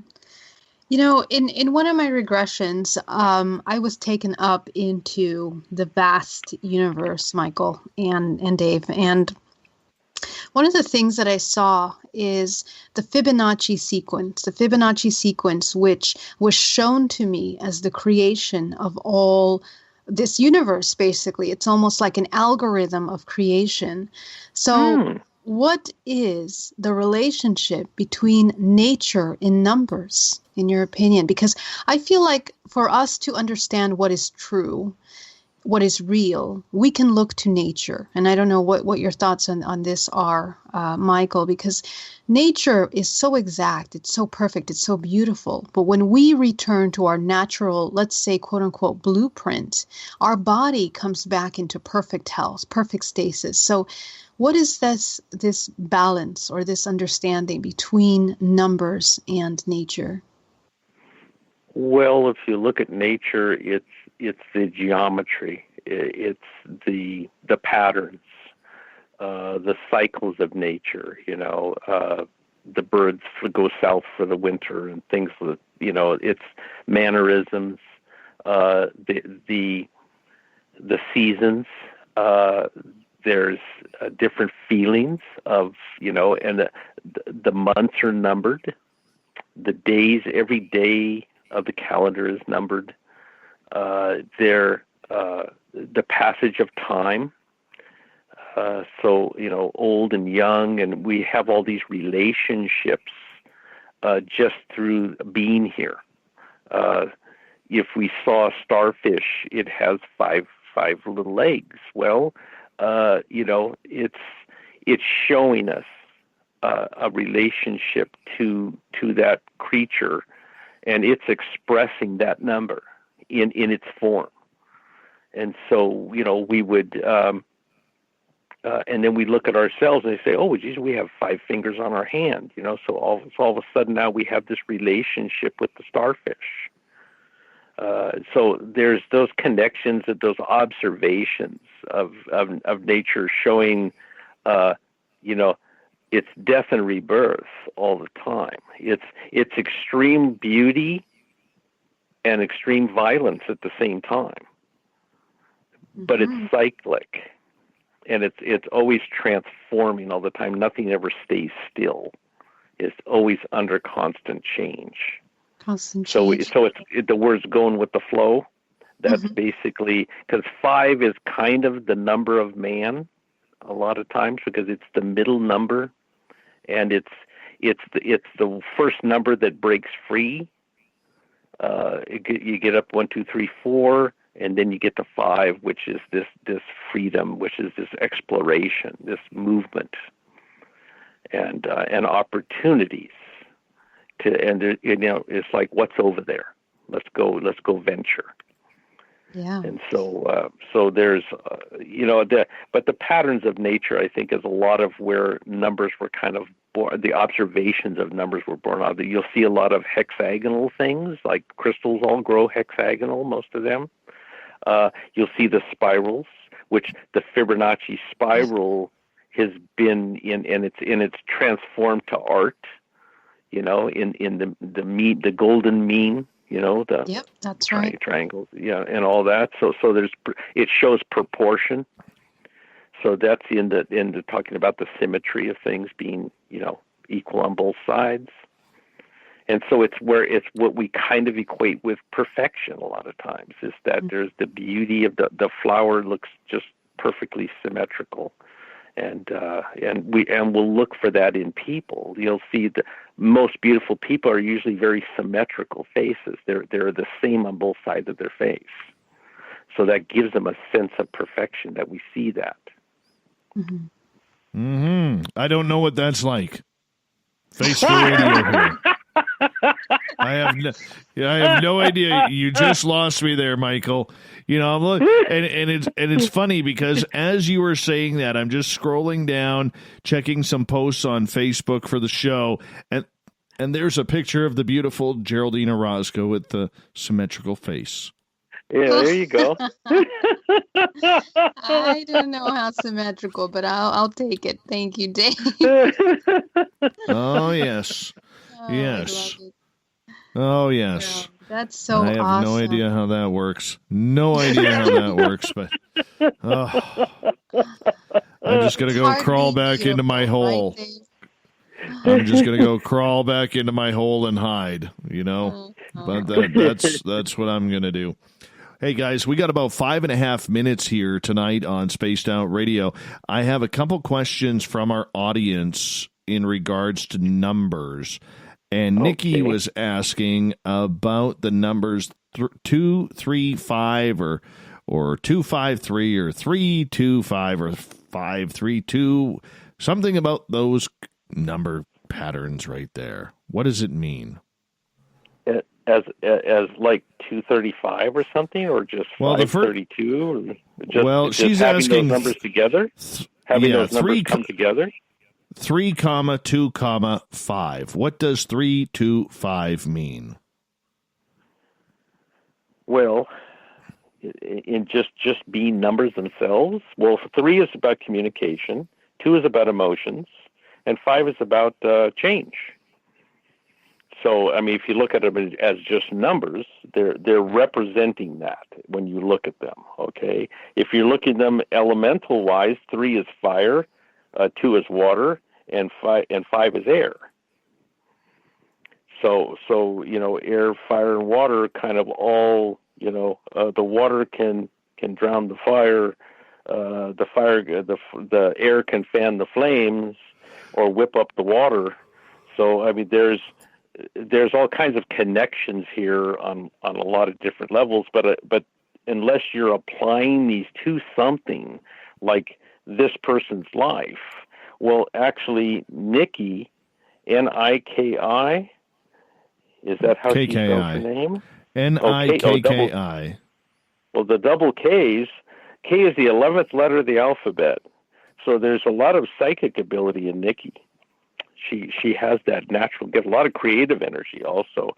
But N is the 14th letter of the alphabet, which is a 5. So what the 5 in this 325, and if you look at them all added together, comes out to a 1, a 10-1, which is all about new beginnings, and it's all about new starts, fresh starts. So she's seeing these numbers together. They're trying to tell her it's an opportunity, or it's a time for a new beginning. It's okay to take a chance, try something new. I think that's pretty accurate because I've got psychic readings from Nikki before. Oh, okay. That's awesome. There you go. Well, yeah, she has that built into her. Yeah. Wow. Well, Yes. Michael, why don't you tell us about your readings really quickly, the reading that you do so that people know where to find you and your website and all that good stuff. Well, it's Michael Bisbilia's Numerology. It's not a very interactive website. It's just an informational type of website. So don't try to click on anything. It probably won't take you anywhere. But on there has, how to get a hold of me and all that kind of stuff. Or you can just email me is probably the easiest thing to do, is readings with an S, 1111 at gmail.com. And I can always get back to them, and then I can send them some information about my readings and all that. I'll send you a little, flyer or so, and it'll give you all the information about times. And then once I get the person's information, I do their chart. After I have their chart done, I only need to do that once. And once the chart's done, then we can set a time and do the reading. Fantastic. Well, thank you so much. It was so much fun to have you on here, Michael. I really appreciate all your wisdom and the information that you shared with us. And that was really great. So, well, thanks for having me. And Geraldine, Thanks, Dave. Thank you, Michael. You were absolutely fantastic, and we really appreciate it. I want to bring you on again. I like you. I want to bring you back on again, and we can talk some serious numbers here coming up in the future. Okay. Let's do that. And Geraldine, let everybody know, as we got just over a minute left, where they can find all of your information. I think you got about 65 websites and one beautiful YouTube channel. So if you want to let everybody know where they can find your information. Yes, thank you so much. If you want to get a DNA reprogramming with me, please email me, you can email me at info@Bay Area Meditation, or visit my website at GeraldineOrozco.com or BayAreaMeditation.com. And if you are a hybrid parent, if you are an ET experiencer, need to learn more about your experience and want some help, therapy, guidance, information, please check out my website, hybridmother.com. We didn't get to touch that topic tonight, but we will next time. And I'm really happy to be of service to you. So any questions that you have, I am available. Please check out my YouTube channel, subscribe, and share with your friends. I have a lot of awesome free content on there that you guys can check out. And if you have any questions, I am available. So all my love to all of you, and thank you so much once again for tuning in. Thank you so much, Dave. No problem. Geraldine Orozco's The Spiritual You will be back in June.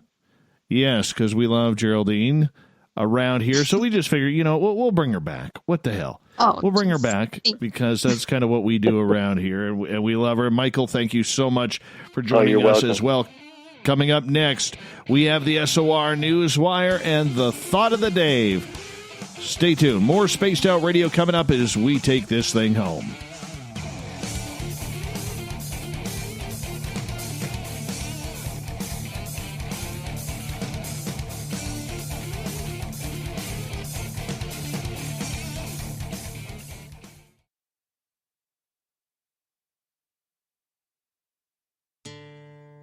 Hey, Spaced Out Radio fans! It's John Resig, founder of the Chive and Chive Charities.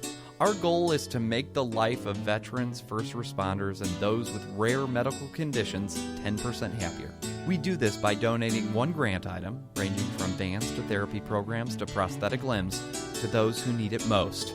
To contribute to Spaced Out Radio's official charity, head over to chivecharities.org and become a donor today. Hey everybody, the SOR Space Travelers is open. For just $5 a month, you can hang out with Dave and our crew privately in our members-only section. With your signing, you'll receive newsletters on what's going on with Spaced Out Radio. You'll have direct contact with the host during the show in our chat, live streaming videos, and a great forum for your posts and more. Become a space traveler now at spacedoutradio.com.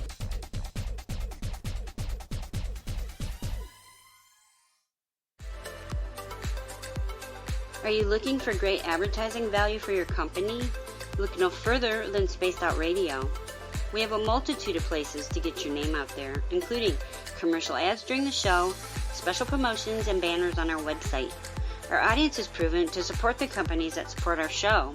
We can make your budget work for you. So for more information, please contact us at sales@spacedoutradio.com. Cold drinks, great food, and the best music in Vancouver.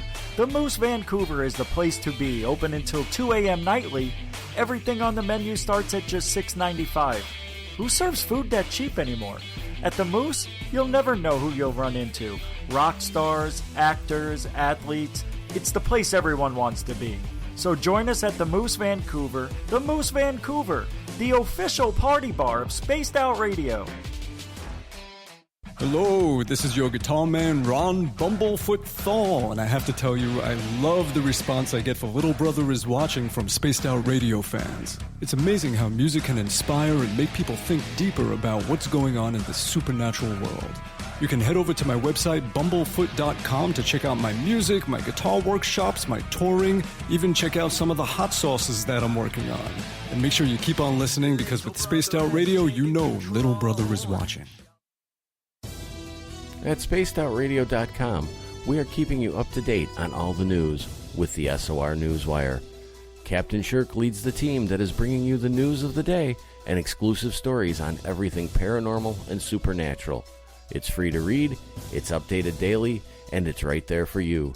The SOR Newswire is a one-stop shop for the news of the day. Check it out at spacedoutradio.com today.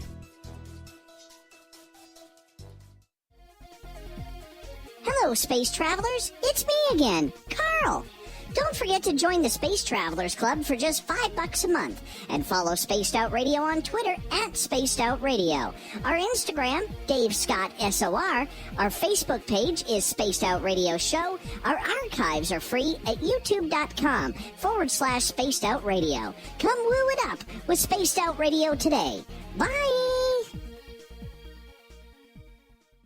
If you like it hot, real hot, then heat up your meals with Bumblefoot hot sauce. Get your Bumblefoot hot sauce today. The sauce, Bumblicious, and the 4 million Scoville unit Bumble.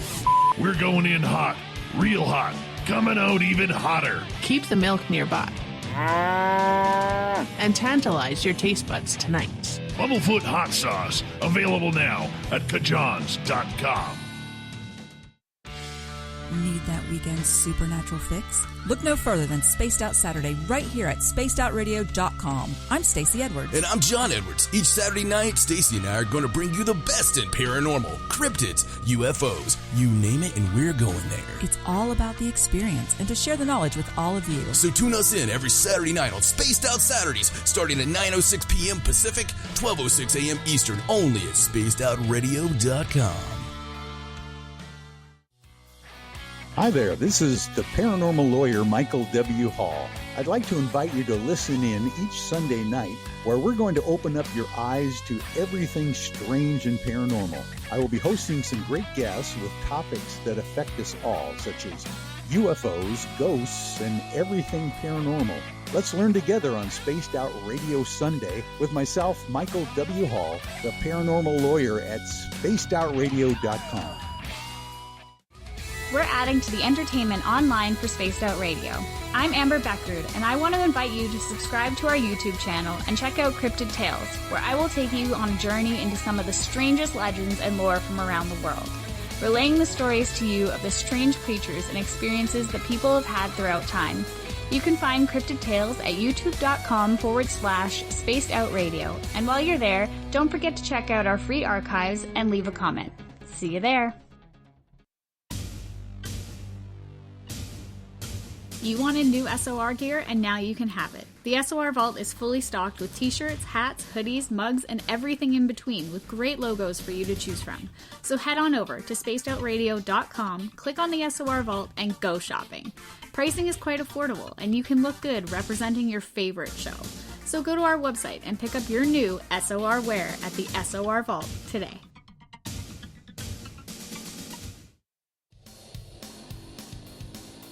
We all know on Spaced Out Radio we love a good beard and mustache, so why not take care of your facial hair with Mighty Moose Beard Oil? Made in Canada, we're taking care of beards and stashes around the world. We use 100% natural ingredients with our oils and balms to make your whiskers feel silky smooth. Use promo code SOR2019 at MightyMooseBeard.com today.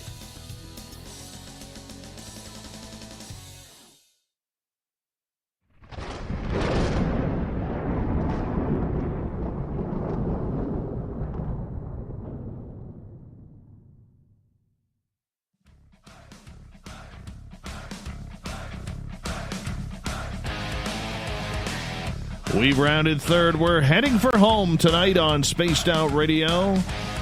I am your host, Dave Scott, sitting in the captain's chair of SOR headquarters. I want to remind all of you that if you missed most of this show or others, you can check out our free archives at youtube.com/Spaced Out Radio. Just do me the favor, hit that subscribe button. Follow us on Twitter at Spaced Out Radio for the show, and my personal handle at Dave Scott SOR.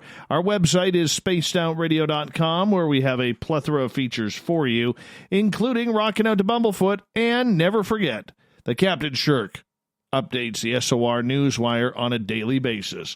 Speaking of the news, let's get to it, shall we?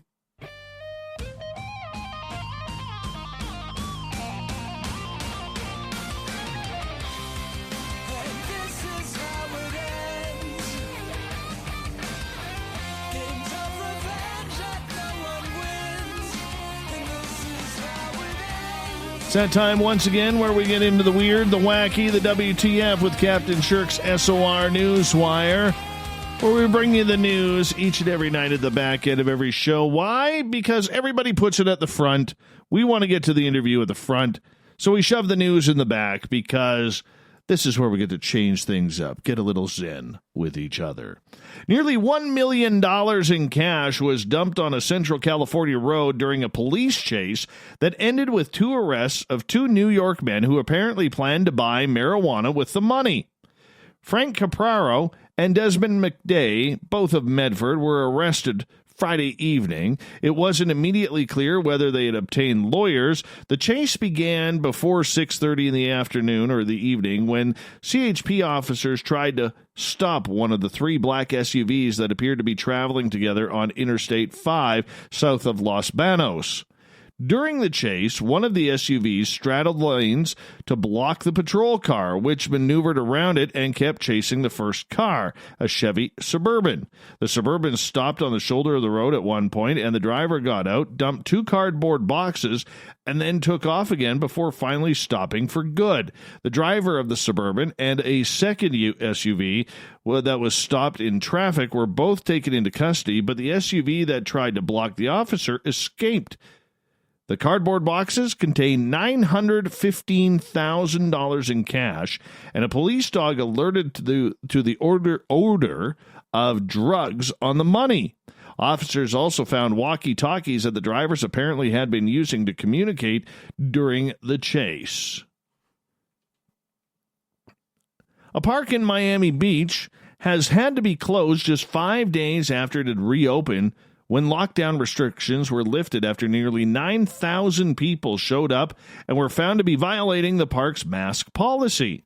South Point Park on South Beach in Florida opened to the public once again after being closed for 6 weeks in an effort to curb the spread of coronavirus, but conditions were attached to that green space reopening. Yes, they were.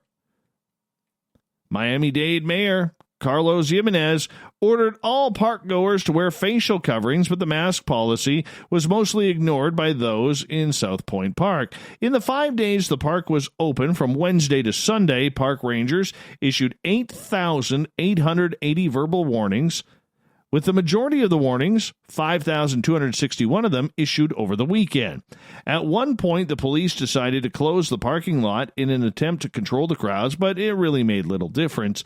We have had the city staff in the park to encourage people to comply, but they were met with hostility and non-compliance, said City Manager Jimmy Morales. Yeah, they were not too happy. There is no way to effectively enforce social distancing when hundreds of individuals refuse to do so. The best way to protect our residents and first responders is to keep it closed until further notice.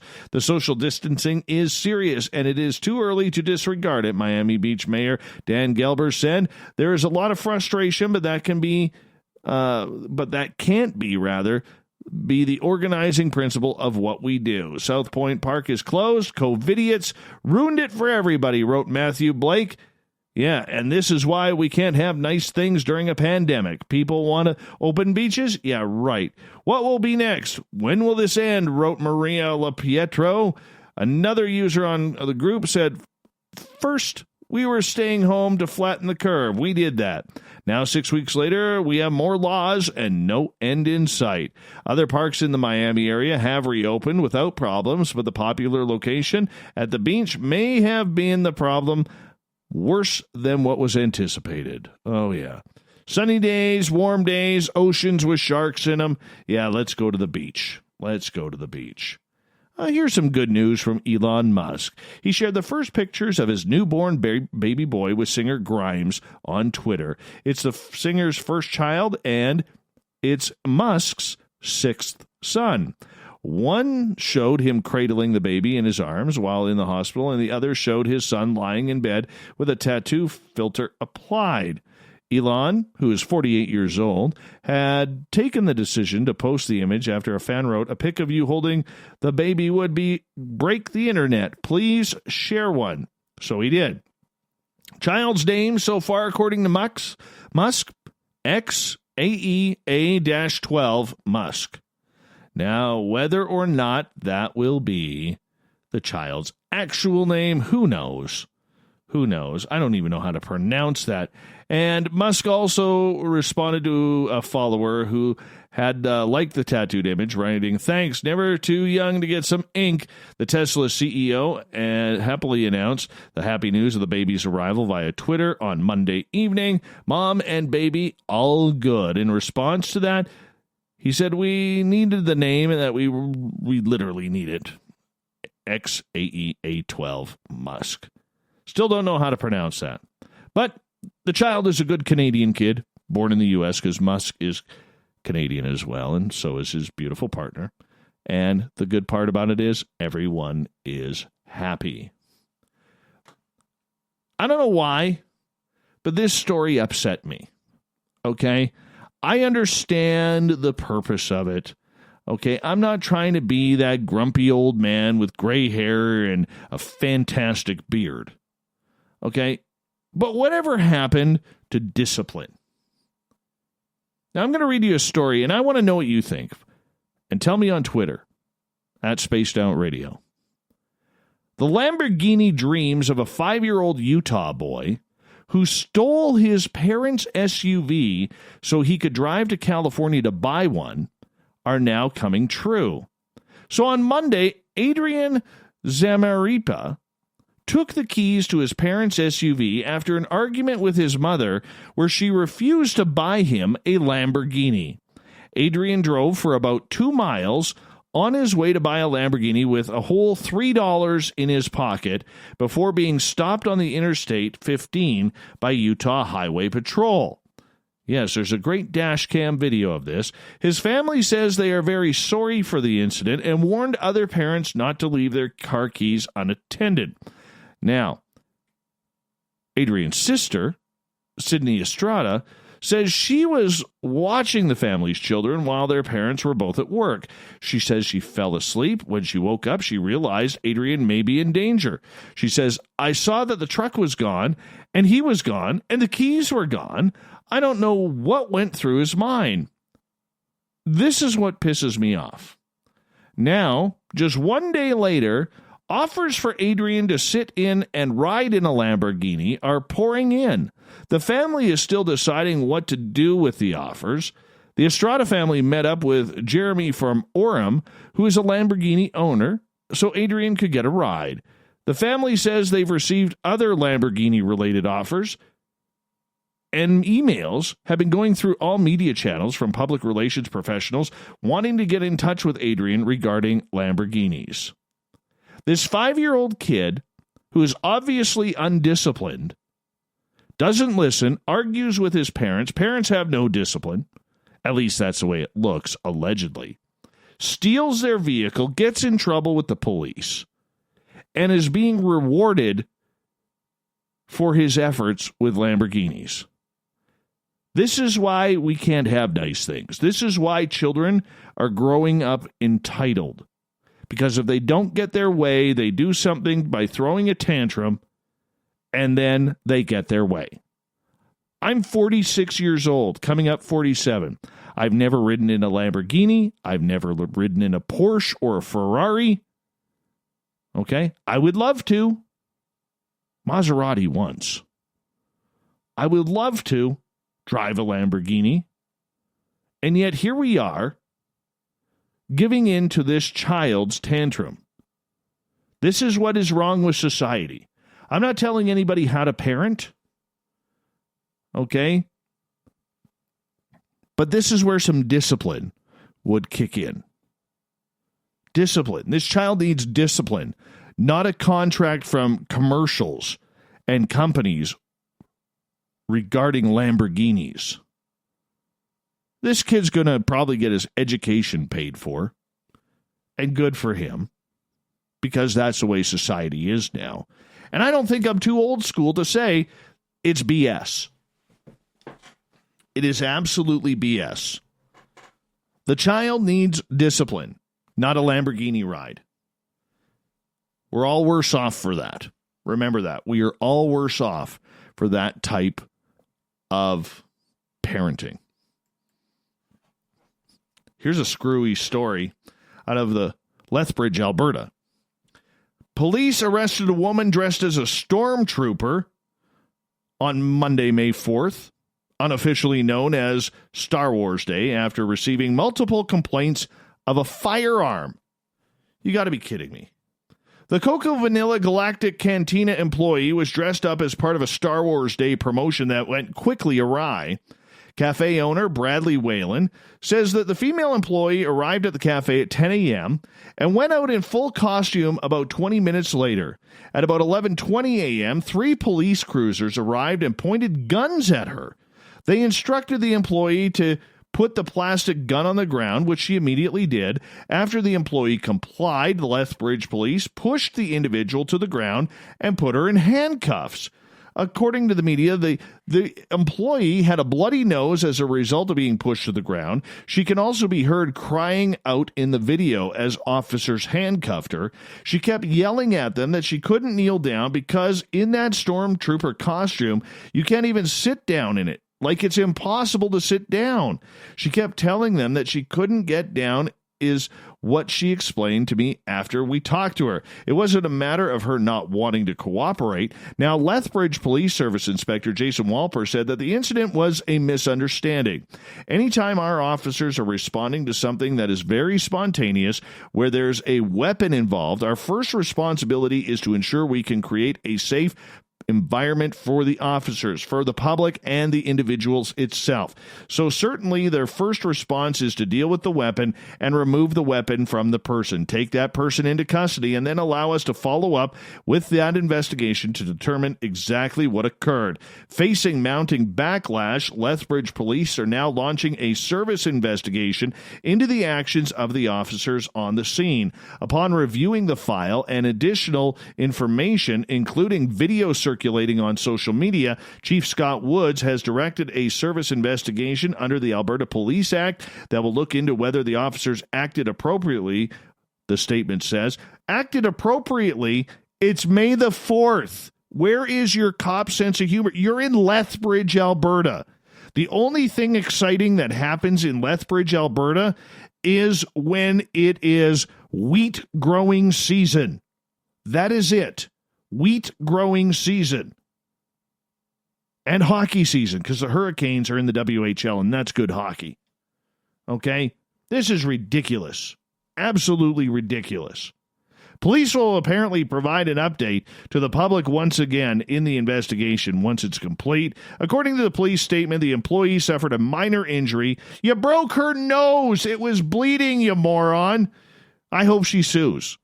I'm not a big guy for suing, but this is so blatant of overexertion of force that the force was not with the stormtrooper.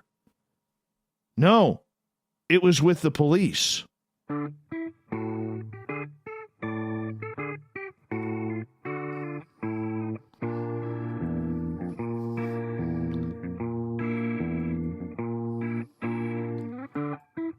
Thought of the Knave happens every night at this time, where we take a question, put it on Facebook and Twitter each and every day, and then we get you to answer it because we love the audience participation around here. Today's Thought of the Dave is as follows. What do you look forward to doing again once the lockdown is over? Taco Bell for me, man. Taco Bell.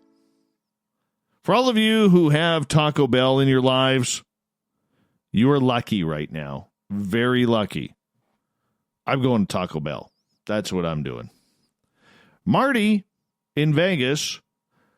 Take my wife to a really nice restaurant for a great prime rib dinner. Oh, that sounds lovely, Marty. Sounds absolutely lovely. Prime rib's a good thing. Joey Bandanas. I'm going to hike up to 12,000 feet to an abandoned gold mine where 2 miners died and spend the night there. Science Bob, who, by the way, did admit he is wearing his cape tonight while listening to the show. He says, I'm going to go visit friends, including you, Dave Scott. Yes, the door is open. I'm prepping the fire pit. So that way we can roast hot dogs and stare up in the stars to look for UFOs. I got it all planned, Science Bob. All planned. Shanna Banana, where was she in the chat room? She was missing tonight. I'm going to need to get totally weird and ridiculously silly with my SOR family. In Vegas, baby. Oh, hell yes. Yes. We were talking the other night on our YouTube chat after the show. We're thinking April 2021, we should all come together and have a big Vegas spaced out radio party. We're thinking about it. Kyle says, I'm drinking at a bar with some friends. Ross, my cycle trail and bakery of nice pies. You better go pig out on those nice pies. Ronnie on Twitter, I'm getting out in the woods with my camera and no one else. Lovely. Lovely. All right. Michael, I'm getting a haircut. Oh, let it grow, Michael. Let it grow. Seize the day. Matthew, I'm going to go browsing Home Depot and go smell the lumber section. You know what? That is a great smell. That is a fantastic smell. Melinda Leslie, who's down in Sedona, Arizona. She has a great UFO tour. She says she can't wait to get back out to do her UFO sighting tours and meet with new clients. Julie, I'm sitting down in a restaurant to eat. Oh, I want to do that. Like Taco Bell. Alex, Give the finger to anyone that endlessly posted every day about how this was some secret war and everything was going to change and the bad guys were going to take away all of your freedoms and we were all going to live in a Nazi communist land where science would be forced upon you. But fortunately, Q came to the rescue with white hats, and the good guys saved us all by arresting all of Hollywood, especially Oprah, who apparently was arrested every day, thus saving America. There's some snark in there. I don't know, but I think there's some snark in there. Heidi, I want to go to my sister's house, have a barbecue that ends up being a big tequila drinking competition, and then sit in her hot tub till 4 a.m. UFO hunting.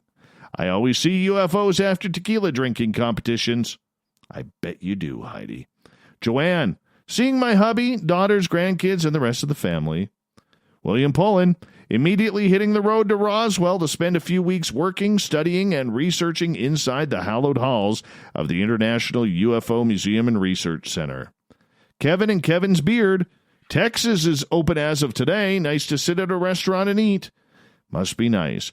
Gabe wants to eat 7-Eleven chili dogs and actually eating Taco Bell. Lana, I want to spend some time with you guys, Dave. Okay. Shauna, my friends and family, I love visiting my sister and niece. We have a right laugh, crazy that we laugh our butts off together. Steve, my band playing in the club. The Ukrainian Watermelon, Little Ronnie Moniak. I will be glad not making any more coffee with toilet water, and I will be so happy to remove my toothbrush shank from its secret hiding spot in my body. Oh my. Olav wants to go to the Tiki Bar. Tim, back to the bar for some dancing. Need more description than that? Oh, no. Carrie, she goes, we are not in lockdown. Yes, we are. Anyways, Kelly, a long motorcycle ride to the Shenandoah mountain range. Final word tonight. Oh, let's pick one here. Oh, let's go with Joe. I plan on taking a road trip down to Mexico and taking on a bar full of vampires. Your hair will protect you, Joe. Your hair will protect you. Thank you to everybody playing in the Thought of the Day. We will do it all again tomorrow on Facebook and Twitter.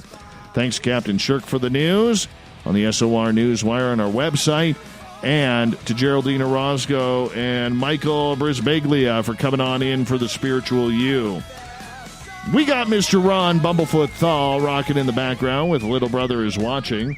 Bumblefoot is the official music of Spaced Out Radio, rocking us in and out of every single show. Get your horns up for the guitar god himself. Special thanks to everybody listening in at home, in your cars, at work, wherever you may be. Thanks to everybody participating in our chat rooms tonight on Spreaker, YouTube, LGAB, Revolution Radio, Facebook, the SOR Space Travelers Club on our website, and all the snarkers and snarkettes on Twitter at #SpacedOutRadio. Remember, this show is copyright by Spaced Out Radio and SOR Media Ventures Limited. Thank you so much for choosing to share your evening with us, because together, my friends, we own the night, Mr. Bumblefoot. We need a favor. We need you to take us home.